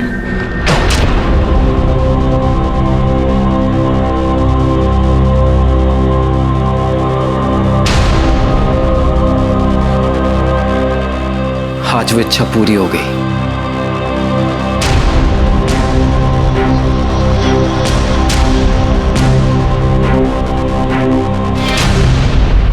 सर, हमने नमो भाई के हर अड्डे को अच्छे से छान मारा, पर वचन का कहीं कुछ भी पता नहीं चला। सर, कहीं सच में इन लोगों से पहले किसी और ने तो वचन को अगवा नहीं कर लिया? सर, ये रहे रानी के फोन रिकॉर्ड। सर, 14 तारीख की रात 9:30 बजे रानी को एक नंबर से कॉल आया था, और ये नंबर रानी के साथ चारू का है। चारू, चारू बहन, झूठू बोलाड़ू बंद करो। आपने रानी को कॉल किया था, यह हमें रानी के कॉल रिकॉर्ड से पता चल चुका है। नहीं साहब, मैं सच कह रही हूँ। उसने मेरे नाम से कब सिम कार्ड खरीदी की मुझे नहीं पता। आप जो नंबर बोल रहे हो वो मेरा नंबर नहीं है साहब। वचन को भी आप ही ने अगवा किया है। नहीं साहब, मैंने वचन को अगवा नहीं किया है। ये सब रानी की चाल है, मुझे फांसने के लिए। रानी और वचन से इतनी नफरत क्यों करती हैं? पूरी जिंदगी अपने पति की नाजायज औलाद संजीत को बर्दाश्त करती रही। संजीत की वजह से जिगर को उसका हक कभी नहीं मिला। हमेशा उसको नीचा दिखाया गया। मैंने हमेशा जिगर का हक मांगा, लेकिन एक दिन अचानक जिगर रानी को लेकर घर आया, जिसके आगे पीछे कोई नहीं था। और वो क्या? शादी से पहले ही उसके साथ किसी ने बलात्कार किया था। बलात्कार? हाँ, रानी के साथ किसी ने बलात्कार किया था। मैं वीरपुर के पास मान्यता सुधार गृह में एक वॉलंटियर टीचर था। मैंने पहली बार रानी को वहीं देखा था। उसकी हालत देखकर मुझे उस पर तरस आ गया। मैं उसकी मदद करना चाहता था, इसलिए मैंने उससे शादी कर ली, ताकि कम से कम उसे एक अच्छी जिंदगी मिल सके। सर, मेरी सोच हमेशा से ही मेरे बाबूजी और सौतेले भाई से अलग रही है। शादी के 1 महीने बाद ही हमें पता चला कि वो पेट से है, तभी मुझे शक हुआ। और जब वचन हुआ तो उसके आव भाव जिगर से बिल्कुल अलग थे। और इसी वजह से आपने रानी और वचन दोनों को गायब कर दिया। रानी और बच्चन के गायब होने की वजह तलाशने के लिए पुलिस ने अब रानी के पास्ट को खंगालना शुरू किया, जिसके लिए वो उस रिफॉर्म सेंटर पहुंचे जहां रानी को उसके रेप होने के बाद रखा गया था। और वहां से पुलिस को उसके गांव के बारे में पता चला।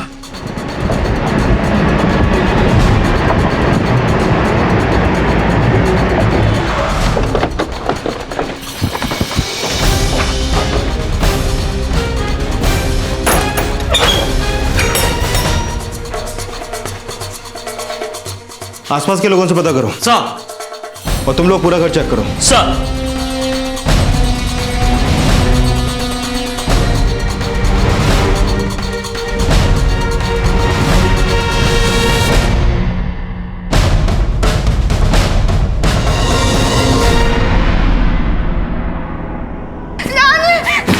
रानी किधर है? रानी किधर है? रानी किधर है? क्या है? रानी, क्या प्रॉब्लम है तेरा? रानी, क्यों यहाँ बार बार आके चिल्लाती रहती हो? चलो निकलो यहाँ से। रानी, पागल लड़की, क्या कर रही है वो? सर, ये यहाँ पास में ही रहते हैं। आपको पता है ये किसका फोटो है? साहब, ये लाजो है, और ये उसकी पागल बेटी जयश्री, और ये उसकी बड़ी बेटी रानी है। अच्छा, ये घर कब से खाली है? साहब 3-4 हफ्ते हो गए हैं। अच्छा, आपको पता है ये कहाँ गए होंगे? साहब 3-4 दिन पहले मैंने इन्हें देवला गांव के पास देखा था।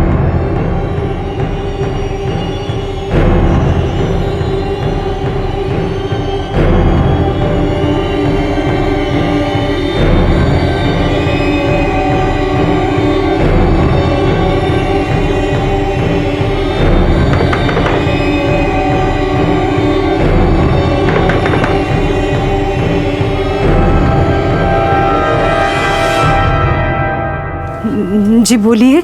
हमें रानी के बारे में कुछ पूछताछ करनी है आपसे। मुझे उसके बारे में कुछ बात नहीं करनी है। आज उसकी वजह से हमें जो तकलीफ उठानी पड़ी वो क्या कम है? देखिए, मेरी बेटी की हालत देखिए, आइए।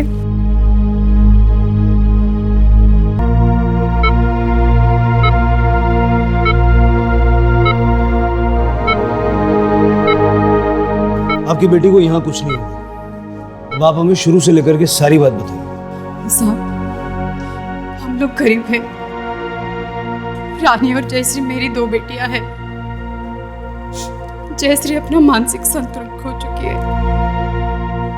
कैसे कैसे करके हम दिन काट रहे हैं साहब। और एक दिन अचानक रानी के साथ बलात्कार हुआ, और बलात्कार होते हुए जयश्री ने अपने आंखों से देखा। वो ऐसे भाग कर आई, सब कुछ सच सच बताती है साहब। रानी के साथ इतना सब कुछ होने के बाद भी गांव वालों ने उसे गांव से निकाल दिया साहब। जयश्री ने उस आदमी का फोटो बनाया था जिस आदमी ने रानी पर बलात्कार किया था।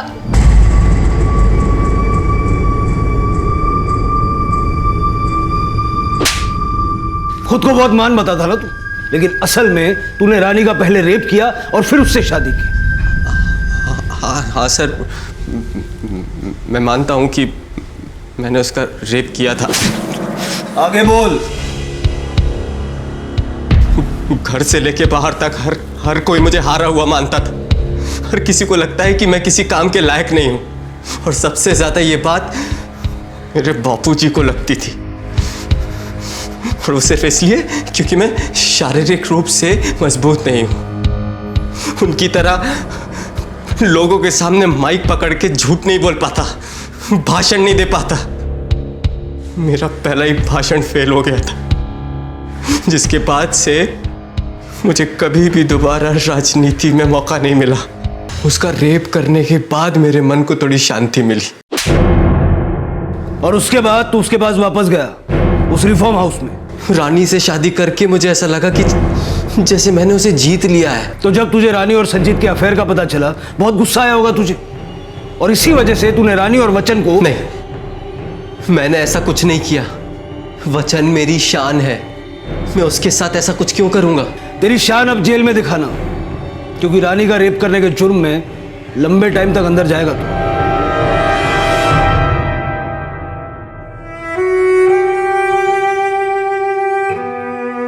इतने सालों से अपने पोते का रानी का अपमान करती रही, मैं उन्हें कोसती रही। एक मिनट सर। हेलो, क्या? ठीक है, हम पहुंचते हैं वहां पर। सर, जिस वैन में बच्चन को किडनैप किया गया था वो वैन हाईवे के पास एक जंगल में देखी गई है।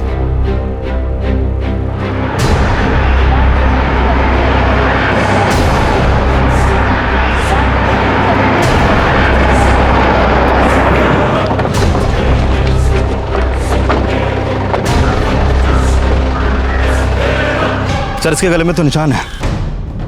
भगत, लेकिन चुलबुल की लाश यहाँ कैसे पहुंची?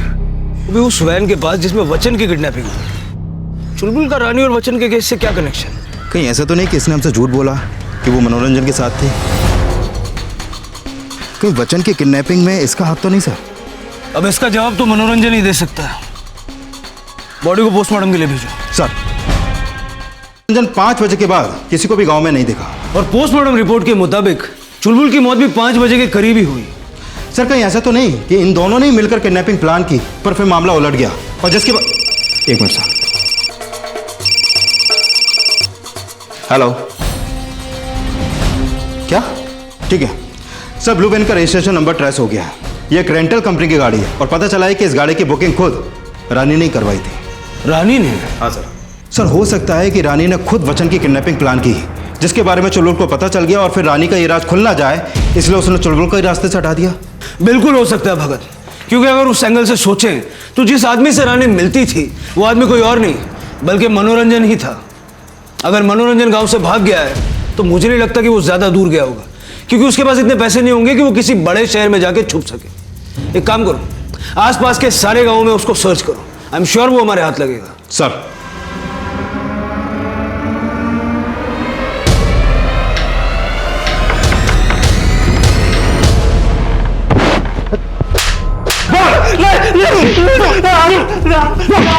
बहुत सच क्या?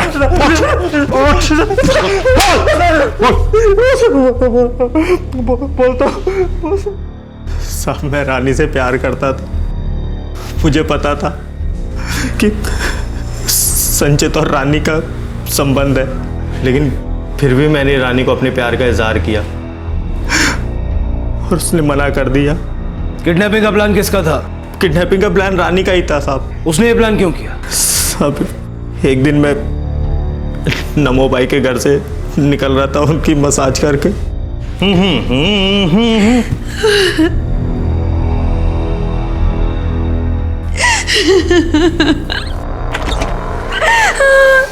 क्या हुआ? तुम रो क्यों रही हो? मैं तंग आ गई हूँ जिंदगी से, तंग आ गई। मैं सिर्फ अपने बच्चे के लिए जी रही हूँ, लेकिन अब मेरे ससुर उसे मुझसे दूर कर देना चाहते हैं। वो मार देंगे मेरे बच्चे को। कल तक सारा काम ठीक ढंग से हो जाना चाहिए। बापूजी, इसमें वचन की क्या गलती है? तू मेरी राजनीति पर शक कर रहा है? मैं तुम्हारा साथ दूंगा, मैं बचाऊंगा उसे, कुछ नहीं होगा उसे। सब उसी ने वचन को किडनैप करने का प्लान बनाया था। वचन को मार्केट से किसने उठाया? साहब, वचन को मार्केट से मैंने ही उठाया था। मैं ही नीली गाड़ी में उसको लेके गया था। वचन मेरे साथ जाने में बहुत खुश था साहब। उसे ऐसा लगा कि ऐसा करके वो जिगर को सबक सिखा पाएगा। रानी भी उससे मिलने आती थी, लेकिन एक दिन जब मैं वहां पहुंचा तो वहां मुझे कोई नहीं दिखा। फिर मैं बहुत डर गया था। मैंने गाड़ी ठिकाने लगा दी। चुलबुल को क्यों मारा? साहब, मैं तो पहले से ही बहुत परेशान था और वो मुझे ब्लैकमेल कर रही थी। किडनैप करने के बाद वचन को कहाँ छुपाया था तुमने? साहब, गांव के बाहर एक खंडहर है, वहां पे छुपाया था साहब।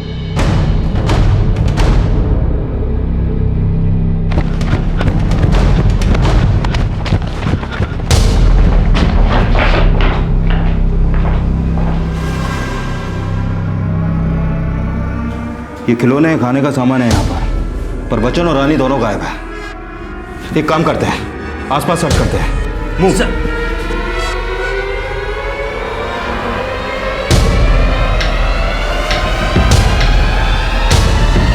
ये बच्चा पिछले 5 दिनों से अपनी माँ की डेड बॉडी के साथ था और अभी ये ट्रॉमा में है।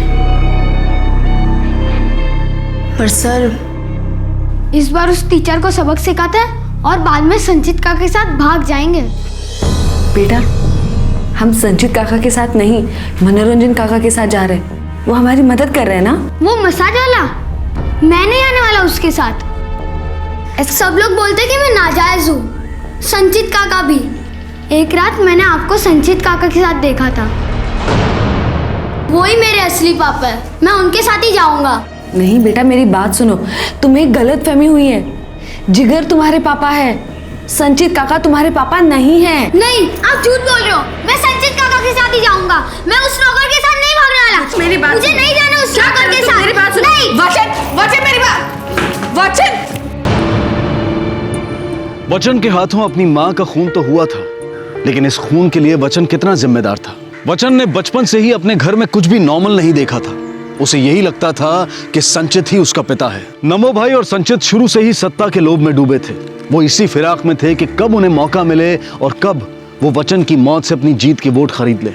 लेकिन उन्हें यह नहीं पता था कि गलत मंशा सिर्फ गलत अंजाम तक ही ले जाती है। मुंबई के भयंकर इलाके में अपने माता पिता के साथ रहने वाली 12 वर्षीय सिया अपनी बिल्डिंग के टेरेस से नीचे गिरी। पर क्या वो वाकई में गिरी थी या फिर उसे गिराया गया था? और दूसरी तरफ एक लड़की जिसे किसी ने कैद में रखा हुआ था, वो अब तक जिंदा तो थी लेकिन बुरी हालत में थी। क्या इन दोनों लड़कियों का आपस में कोई कनेक्शन था या फिर ये दोनों किसी अलग अलग वहशियाना दिमाग की बलि चढ़ गई थी? किसने किया था इन मासूमों के साथ खिलवाड़?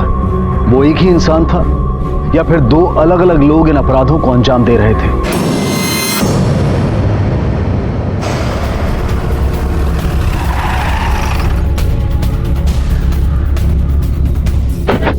सर, लड़की की उम्र लगभग 12 साल की है। ये उसकी माँ है और उसके डैडी। सर, वॉचमैन का कहना है कि जब उसकी नजर ऊपर गई तब तक लड़की नीचे कूद चुकी थी, करीब 1 घंटे पहले। सर, इतनी ऊंचाई से गिरने की वजह से इसकी मौत हुई है। चावन, फॉरेंसिक वालों को बुलाओ और बॉडी को पोस्टमार्टम के लिए भेजो। Okay sir.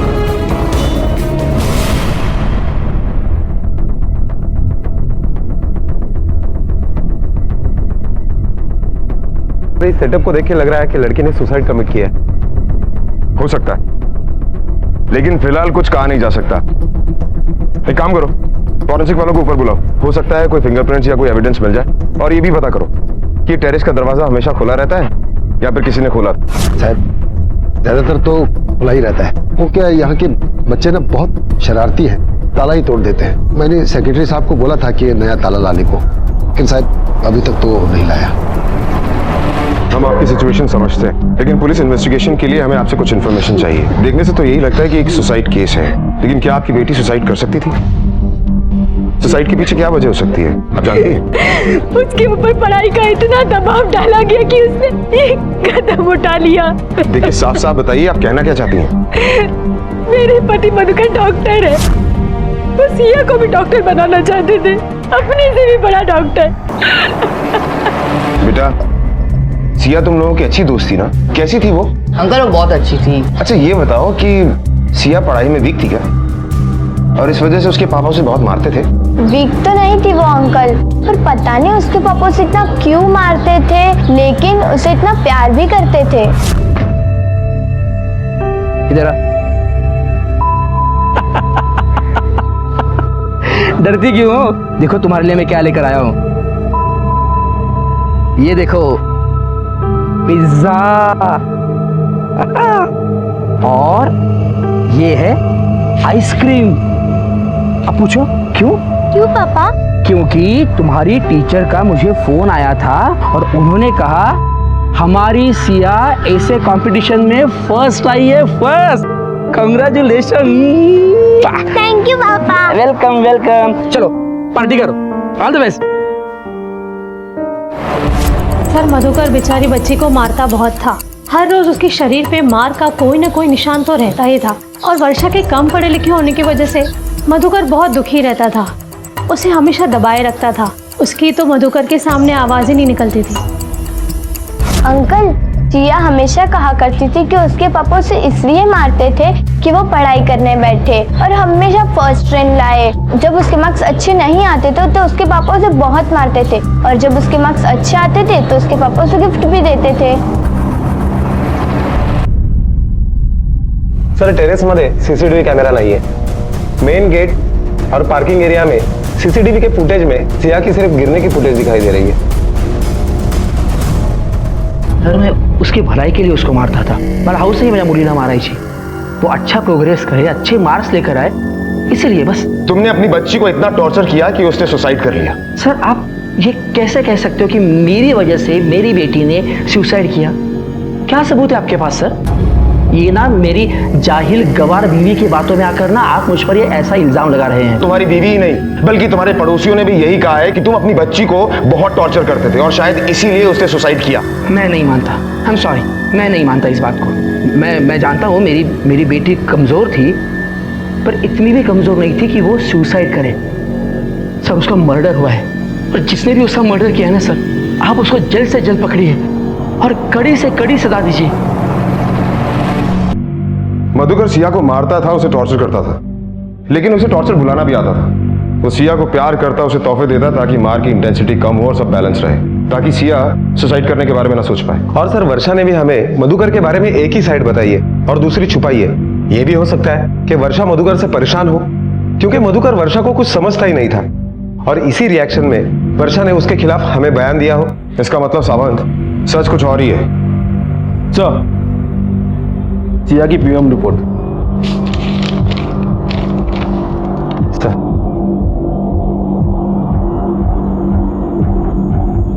सावंत, इस रिपोर्ट के मुताबिक सिया की बॉडी पर चोट के निशान है, और सबसे चौंकाने वाली बात तो यह है कि मरने से पहले सिया के साथ रेप किया गया, और वो भी प्रिकॉशंस के साथ, इसलिए सीमन सैंपल नहीं मिले।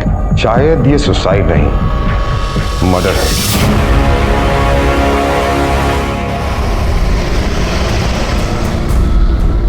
सर फॉरेंसिक रिपोर्ट के हिसाब से टेरेस पे जो कुर्सी और लकड़े का बॉक्स मिला है उस पर सिर्फ सिया के फिंगरप्रिंट्स मिले हैं। बाकी टेरेस पे बहुत से लोगों के निशान मिले हैं जो सिक्योरिटी गार्ड या और लोगों के हो सकते हैं। सर मुझे लगता है कि सिया सबसे पहले टेरेस में गई, उसने वो कुर्सी रखी, उसके ऊपर लकड़े का बॉक्स रखा और ऊपर से कूद गई। ये एक सुसाइड केस लग रहा है सर। सावंत, ये केस उलझता ही जा रहा है। सिया की मौत को पुलिस अब तक आत्महत्या ही समझ रही थी और उसके पीछे मुख्य आरोपी उसके पिता मधुकर को मान रही थी, लेकिन सिया की पोस्टमार्टम रिपोर्ट में बलात्कार के खुलासे ने इस केस को एक अलग रूप दे दिया। पुलिस की तहकीकात और सवाल दुगने हो गए, और दूसरी तरफ एक लड़की जिसे किसी जगह पर कैद करके रखा गया था, आखिर वो लड़की कौन थी, उसे किसने और क्यों कैद किया था, और वो इस बच्ची के साथ क्या करना चाहता था। क्या सिया और इस बच्ची के बीच में उम्र के अलावा भी कोई और समानता थी? सिया की पोस्टमार्टम रिपोर्ट से हमें पता चला है कि सिया की मौत से कुछ घंटे पहले उसका रेप किया गया था। क्या सर? इसीलिए मैं बोल रहा हूँ, मेरी बेटी ने आत्महत्या नहीं की, उसका खून हुआ है। वो हम देख लेंगे। आप सिर्फ ये बताइए कि सिया का कोई बॉयफ्रेंड था? सर मेरी बेटी सिर्फ 12 साल की थी, आप क्या पूछ रहे हैं? हम सिर्फ इंक्वायरी के लिए पूछ रहे हैं। मुझे नहीं पता। अच्छा ये बताइए, कोई ऐसा आदमी कुछ सिया को तंग करता था, छेड़छाड़ करता था? सर मुझे सच में नहीं पता, उसने कभी बताया नहीं था ऐसे। हो सकता है कि आपको नहीं पता हो, लेकिन सिया ने आपके बीवी को बताया हो। ये बताइए कि आपकी बीवी वर्षा कहाँ है, हमें उनसे बात करनी है।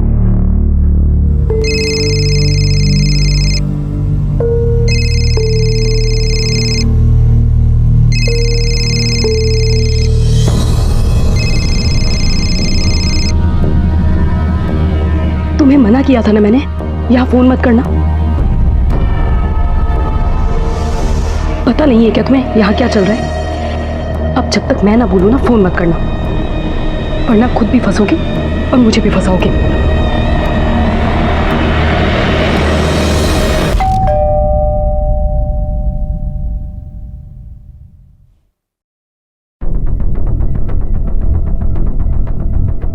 बुलाइए। वर्षा, वर्षा! इंस्पेक्टर साहब वाले, तुमसे बात करनी है कुछ।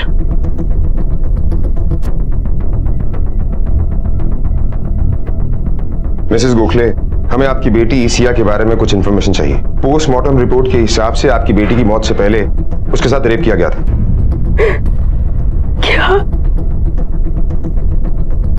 इसीलिए हम आपके पास सिया के बारे में कुछ पूछताछ करने के लिए आए। क्या बता सकती हैं? कोई ऐसा हो जो सिया को परेशान करता हो, तंग करता हो, छेड़ता हो, या कोई बॉयफ्रेंड? मुझे सिया ने इस बारे में कभी कुछ नहीं बताया।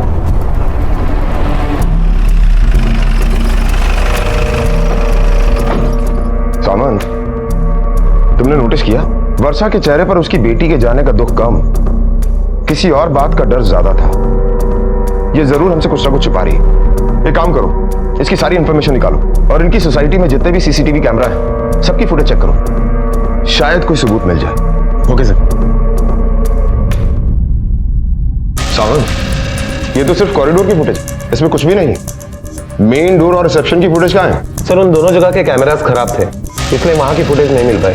सावंत, आजकल छोटे छोटे बच्चों के पास मोबाइल होता है, पता करते हैं कि ये सिया के पास पर्सनल मोबाइल था या नहीं। नहीं सर, मधुकर ने कभी भी सिया को मोबाइल के लिए अलाउड नहीं किया। सावंत, इसके स्कूल के दोस्त और सोसाइटी के दोस्तों से पता करते हैं। अगर ये लव एंगल है तो उसके किसी ना किसी दोस्त को जरूर पता होगा। सिया ने इसे कभी कुछ बताया नहीं था और ना ही मैंने कुछ नोटिस किया था कि कोई उसे स्टॉक कर रहा है या उसका अफेयर चल रहा है। अच्छा बेटा, आप सिया की बेस्ट फ्रेंड हो? नहीं सर। कौन था उसका बेस्ट फ्रेंड? ये क्या नाम है आपका बेटा? माधुरी। अच्छा बेटा, सिया ने तुम्हें कभी किसी लड़के के बारे में बताया? कोई उसे पसंद करता हो या वो किसी को पसंद करती हो? नहीं सर, पर मैंने एक बार उसके बैग में पॉइजन की बोतल देखी थी। सिया, फेस वॉश देना मेरे बैग में।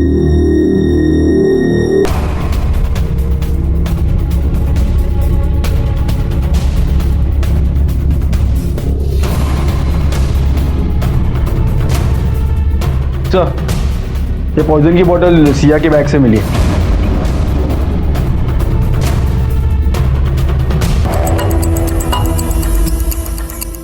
सावंत, ये केस सुसाइड से मर्डर और अब मर्डर से वापस सुसाइड पर आ गया है। इस सुसाइड के पीछे आखिर कौन हो सकता है? सर हो सकता है कि मधुकर के शक्ति के साथ साथ रेप की वजह से सिया इतनी निराश हो गई कि उसने आत्महत्या कर ली हो। मधुकर के अलावा कोई और भी हो सकता है इस रेप के पीछे, जिसके बाद सिया ने सुसाइड कर ली। ये आदमी स्कूल का हो सकता है, इनकी सोसाइटी का हो सकता है, या फिर बॉयफ्रेंड।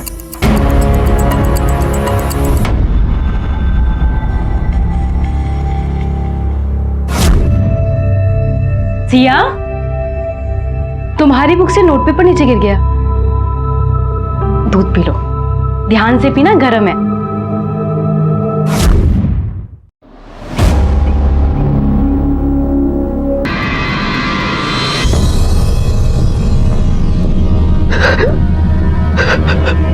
सिया, सिया मैं तुम्हारे अच्छे के लिए करता था सर।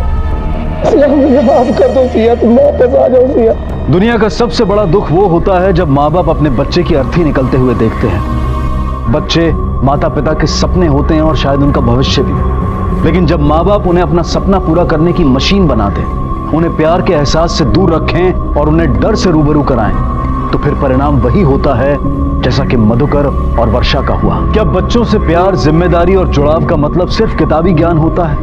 क्या माता पिता बच्चों के दोस्त नहीं बन सकते, ताकि बच्चे अपनी हर खुशी, अपनी हर गलती सबसे पहले अपने माता पिता के साथ शेयर करें? सिया मर चुकी है, माँ बाप अपनी गलती मानते हुए एक दूसरे को जिम्मेदार ठहरा रहे हैं और वही पुलिस आत्महत्या और कत्ल की कड़ी सुलझाने में जुटी है। दूसरी तरफ वर्षा का भी एक सच है जो बाहर नहीं आया है, और तीसरी तरफ है वो लड़की जिसके बारे में किसी को कोई जानकारी नहीं है कि वो कौन है और उसे किसने, क्यों और कहां कैद करके रखा है।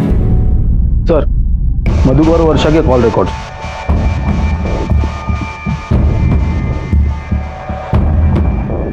सर, वर्षा के कॉल रिकॉर्ड में एक नंबर ऐसा मिला है जिस पर वर्षा की लगातार बातें हुआ करती थी, लगभग दिन में 3-4 बार, और टाइमलाइन के हिसाब से जिस वक्त मधुकर क्लिनिक में होता था उसी वक्त ये बातें हुआ करती थी। ये नंबर किसका है? सर, किसी मुकेश अग्रवाल के नाम पर ये नंबर रजिस्टर्ड है और एड्रेस भी ग्रीन पार्क सोसाइटी के बाजू वाले मेडिकल स्टोर का ही है। इसका मतलब वर्षा और मुकेश का अफेयर चल रहा है, और हो सकता है इसी अफेयर की वजह से सिया की मौत हुई। सामद, एक काम करो, इस वर्षा पर नजर रखो। Okay sir.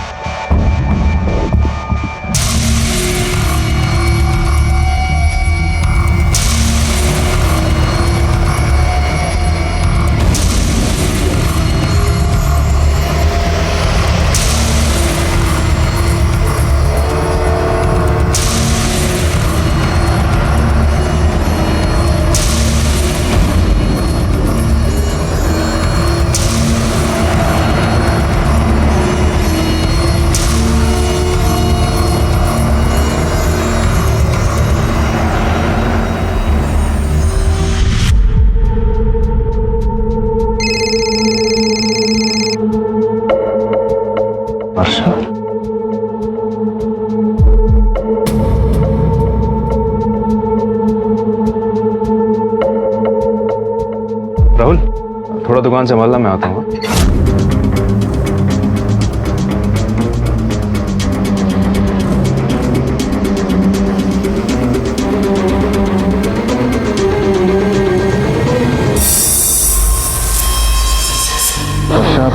वर्षा प्लीज चुप हो जाओ। देखो, सिया के जाने का दुख मुझे भी है, लेकिन होनी को कौन टाल सकता है, और तुम्हारे ऐसे रोने से वो वापस नहीं आ जाएगी ना।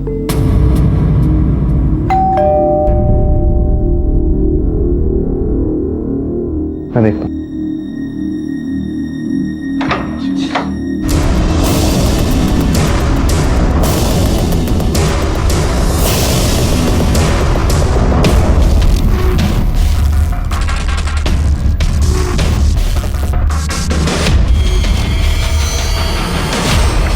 मैं अपनी बेटी को बहुत प्यार करती थी, बहुत प्यार। और मुकेश से भी। वो सब तो मधुकर की वजह से हुआ। उसने कभी मेरी इज्जत ही नहीं की, पति का प्यार नहीं दिया, बीवी होने का सम्मान नहीं दिया। इसलिए मैं मुकेश की तरफ खींची चली गई। उसने इंसान समझा मुझे, और मधुकर वो तो जानवरों से ज्यादा बदतर व्यवहार करता था मेरे साथ। घुटन होती थी मुझे उसके साथ, और तुम्हारी यही घुटन तुम्हारी बेटी की मौत का कारण बनी। चल बोल, तूने ही सिया को मारा ना, क्योंकि तुम्हारे और वर्षा के अफेयर के बारे में वो सब कुछ जान चुकी थी और वो सारी बातें मधुकर को जाके बताने वाली थी। इसीलिए तुमने सिया के साथ रेप किया और बाद में बिल्डिंग से उसे फेंक कर मार डाला। ऐसा मैंने कुछ नहीं किया साहब। हाँ, ये सच बात है कि मेरा अफेयर वर्षा के साथ चल रहा है, लेकिन सिया के साथ सब ऐसी घिनौनी हरकत मैं उसके साथ करने के लिए सोच भी नहीं सकता हूँ साहब। मेरा और मुकेश का रिश्ता कभी मेरी बेटी से बढ़कर नहीं हुआ। सिया को तो पता भी नहीं था हमारे बारे में। हेलो, क्या?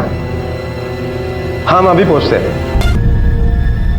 सर, मुझे कुछ समझ में नहीं आ रहा है, मेरे साथ क्या हो रहा है, मैं क्या कर रहा हूँ सर, मुझे कुछ समझ में नहीं आ रहा है सर।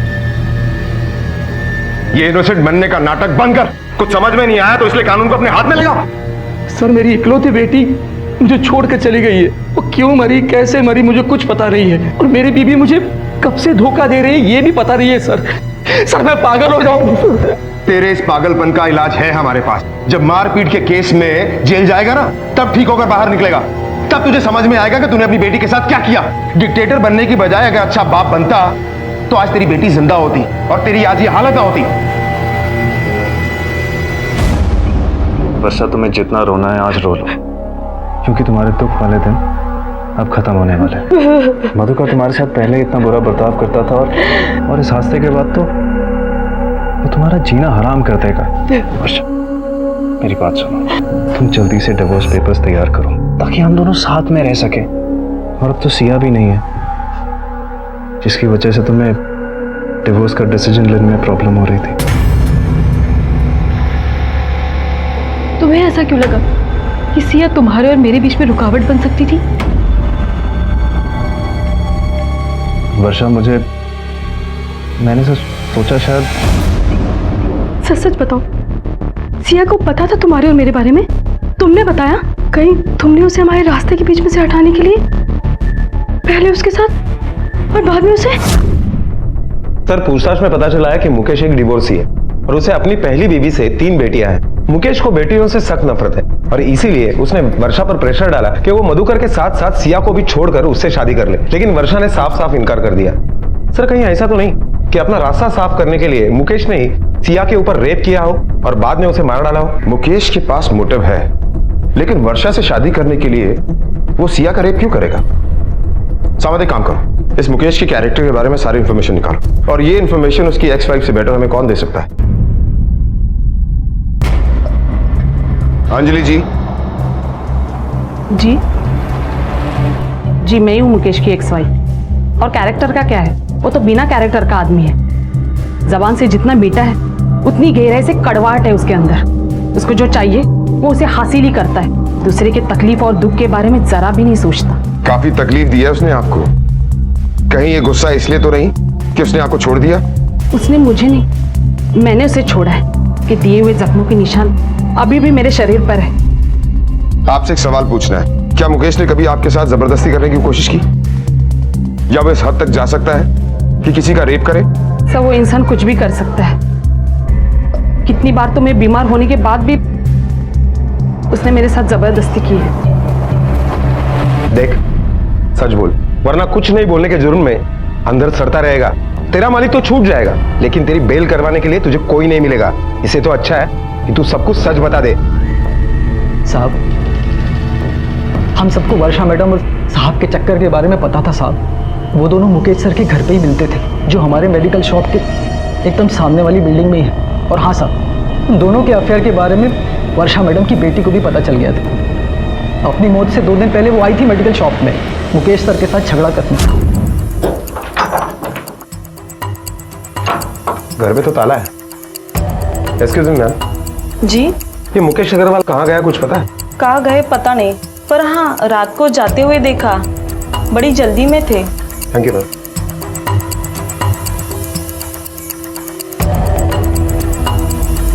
आपके द्वारा डायल किया हुआ नंबर अभी बंद है। ये मुकेश का फोन तो स्विच ऑफ आ रहा है। भावेश कर एक काम करा, ये मुकेश का फोन ट्रैक पर डालो और उसके मोबाइल का लास्ट लोकेशन जल्द से जल्द निकलवाओ। Okay sir. ओके ठीक है सर। मुकेश के मोबाइल का लास्ट लोकेशन पता चल गया है। उसके मोबाइल का last location green park society का दिखाई दे रहा है।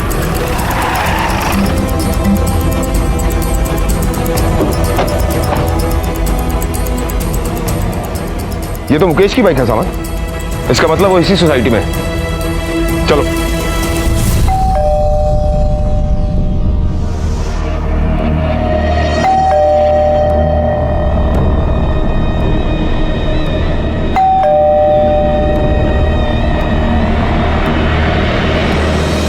किसने मारा तुम्हें? सर, वर्षा ने। वर्षा ने? क्यों? वो सोचती है कि मैंने सिया के साथ जबरदस्ती की, फिर उसे मार डाला। वर्षा, ये सच है कि ये सिया को हमारे रिलेशनशिप के बारे में पता लग गया था। उसे हमारे रिश्ते के बारे में पता था?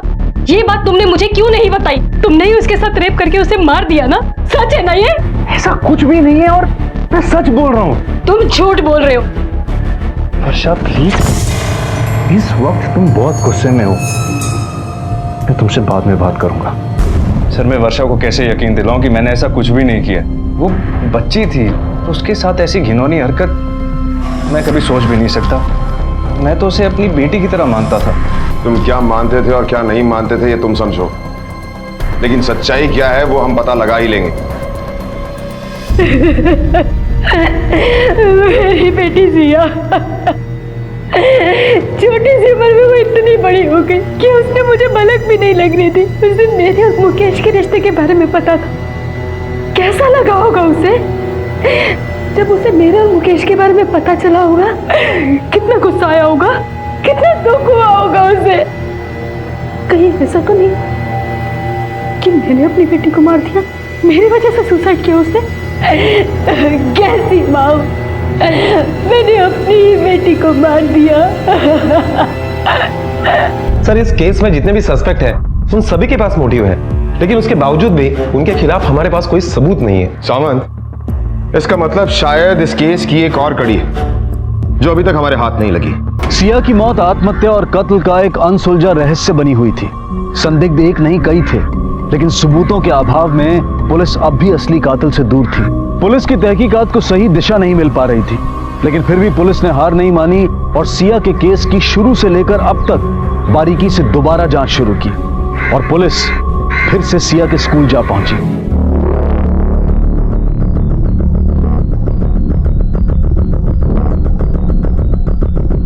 बेटा सिया यहीं बैठती थी ना?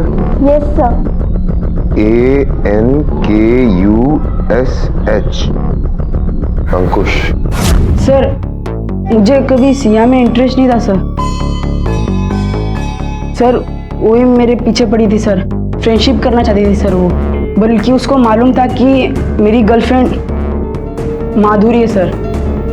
आई स्वेयर सर वो मेरा पीछा भी करती थी सर। उसने मुझे लव लेटर भी दिया था सर, मेरे घर पे रखे हैं। आप कह दो मैं दिखा सकता हूँ सर। फादर बेटा तुमने हमें ये पहले क्यों नहीं बताया कि सिया अंकुश को चाहती थी? सर हम लोग डर गए थे, हमें लगा कि आप सिया के सुसाइड के लिए हमें ब्लेम करोगे और हम लोग फंस जाएंगे और आप लोग घर पे सबको बता दोगे। ये सब करने के लिए तुम स्कूल जाती हो हैं? देखिए अब ये बताओ कि तुम सिया से आखिरी बार कब मिले थे? अंकुश बेटा जो भी हुआ था सच सच बताओ ही नहीं। सर सच बोल रहा मैं, कुछ नहीं किया है सर मैं।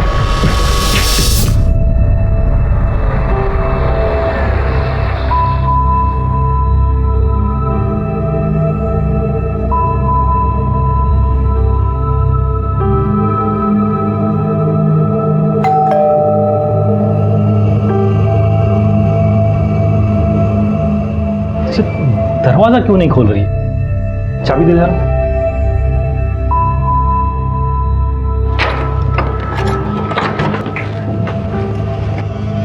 मेहका ये अंदर बेडरूम में रहेगी।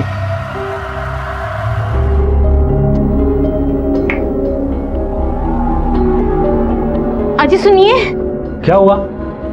रूम में अजीब सी स्मेल आ रही है।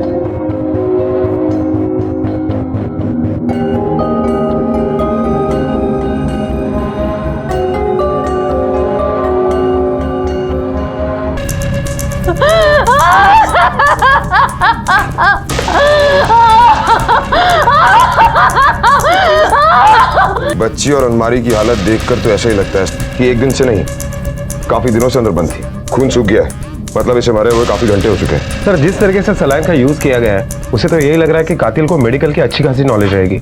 लेकिन मेरी एक बात समझ में नहीं आ रही है, अगर उसे इसे मारना ही था तो इतने दिनों तक उसने इसे जिंदा क्यों रखा? यही जवाब तो ढूंढना है सावंत। बॉडी को पोस्टमार्टम के लिए भिजवाओ, मैं इसकी माँ बाप से बात करता हूँ। हमारे लिए जानना बहुत जरूरी है कि ऐसी कौन सी इमरजेंसी थी कि जिसकी वजह से इस बच्ची को घर में अकेला छोड़कर गए। सर मिहिका की एग्जाम थी तो उसे हम अकेले ही छोड़ के चले गए थे। हमारे रिलेटिव्स के यहाँ पे शादी थी, हमने सोचा कि 2-4 दिन की बात है। और इन 2-4 दिनों में आपने एक बार भी अपनी बेटी की खबर लेने की नहीं सोची? एक्चुअली सर हम उसे अकेला छोड़ के चले गए थे तो बहुत नाराज थे हमसे कुछ बात भी नहीं कर रही थी। शुरू में तो ठीक से बात नहीं की, फिर बाद में तो उसने फोन उठाना ही बंद कर दिया। ये है 1-2 दिन में गुस्सा का ठंडा हो जाएगा फिर। और हमने यहाँ पे आके देखा तो मिहिका तो। अच्छा ये बताइए कि आप लोगों को किसी पर कोई शक जो ये कर सकता है? आपका या मीका का किसी के साथ कोई झगड़ा हुआ था? हम तो फैमिली वाले हैं सर, हमारा किसी से क्या लेना देना। पर सर एक आदमी है जिससे मेकअप बहुत चिढ़ती थी और बहुत परेशान रहती थी सर। कौन है वो?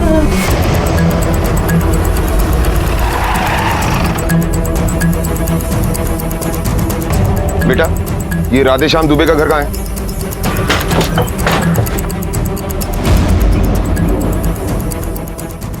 क्या पकड़ो इसे। क्या सामान? घर की तलाशी लो। सर क्या चाहिए? मैंने क्या चाहिए तूने? सर ये देखिए सलाइन का बॉटल मिला है।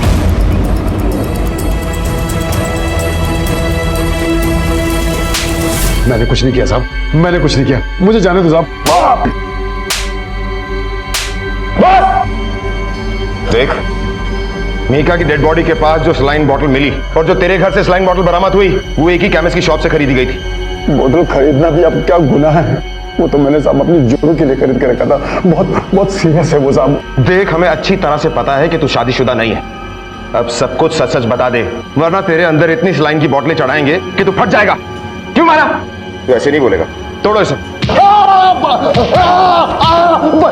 बताता हूँ साहब, बताता हूँ साहब। इसमें हमारी कोनो गलती नहीं है साहब। वो तो ये शहर की लड़कियां अपने आप को पता नहीं क्या समझती हैं, बार बार हमको दुत्कारती रहती है। महिका और सिया भी ऐसे ही बर्ताव किए हमारे साथ। प्रतिशोध की आग जल रही थी हमारे अंदर साहब। फिर हमें खबर लगी कि जोशी जी और उनकी वाइफ बाहर गाँव रिश्तेदार के पास शादी में जा रहे हैं। तो हमने भी सोचा कि भगवान ने भी हमें अच्छा मौका दिया है अपने अपमान का बदला लेने के लिए।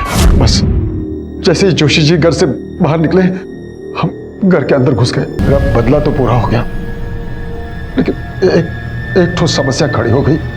अब इस ससुरी का क्या करते हम? फिर हमने सोचा रात के अंधेरे में उसको मारकर उसकी लाश को ठिकाने लगा देंगे।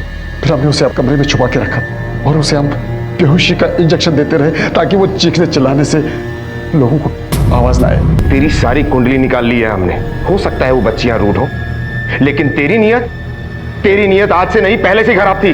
उन्होंने तुझे नौकरी पर रखने से पहले तेरा बैकग्राउंड चेक नहीं किया। अगर चेक किया होता तो उन्हें पता चल जाता कि तू पहले ही अपने गांव से एक औरत का बलात्कार करके निकला है।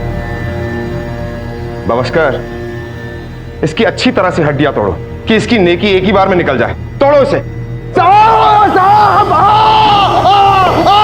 ग्रीन पार्क सोसाइटी ने एक वॉचमैन को बिना बैकग्राउंड चेक के काम पर रखा और नतीजा 2 घरों के दीपक बुझ गए। आज पूरी सोसाइटी में डर और शोक का माहौल है। किसी को भी बिना बैकग्राउंड चेक किए काम पर रखना कभी कभी खतरनाक साबित हो सकता है। इस केस के दूसरे सबसे बड़े जिम्मेदार हैं सिया और मिहिका के माता पिता। सिया के घर में उसे सुनने समझने वाला कोई नहीं था और मिहिका के माता पिता को उसकी सुध लेने की कोई चिंता नहीं थी। वॉचमैन राधेश्याम दुबे को सिया और मिहिका के कत्ल और बलात्कार के जुर्म में गिरफ्तार किया गया है। फिलहाल वो जुडिशियल कस्टडी में है और पुलिस चार्जशीट फाइल करने की तैयारी कर रही है। अपने बच्चों के बारे में जानना, उनकी सोच को समझना बेहद जरूरी है। अगर वो गलत रास्ते पर चल रहे हैं तो उन्हें रोकना जरूरी है, लेकिन ये तभी संभव है जब माता पिता उनके दोस्त बने, उन पर दबाव ना डालें, उनके साथ जबरदस्ती ना करें और अपनी उम्मीदों को उनके ऊपर बोझ ना बनने दें। इसी विचार के साथ अब मैं अनूप सोनी आपसे विदा लेता हूं।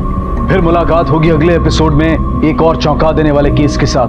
तब तक अपना और अपने परिवार का ख्याल रखें और देखते रहें क्राइम पेट्रोल डायल 100। सबक एक को सीख हम सबको। जय हिंद। ऐसे और भी मजेदार वीडियो के लिए हमारे चैनल को लाइक, शेयर और सब्सक्राइब करें।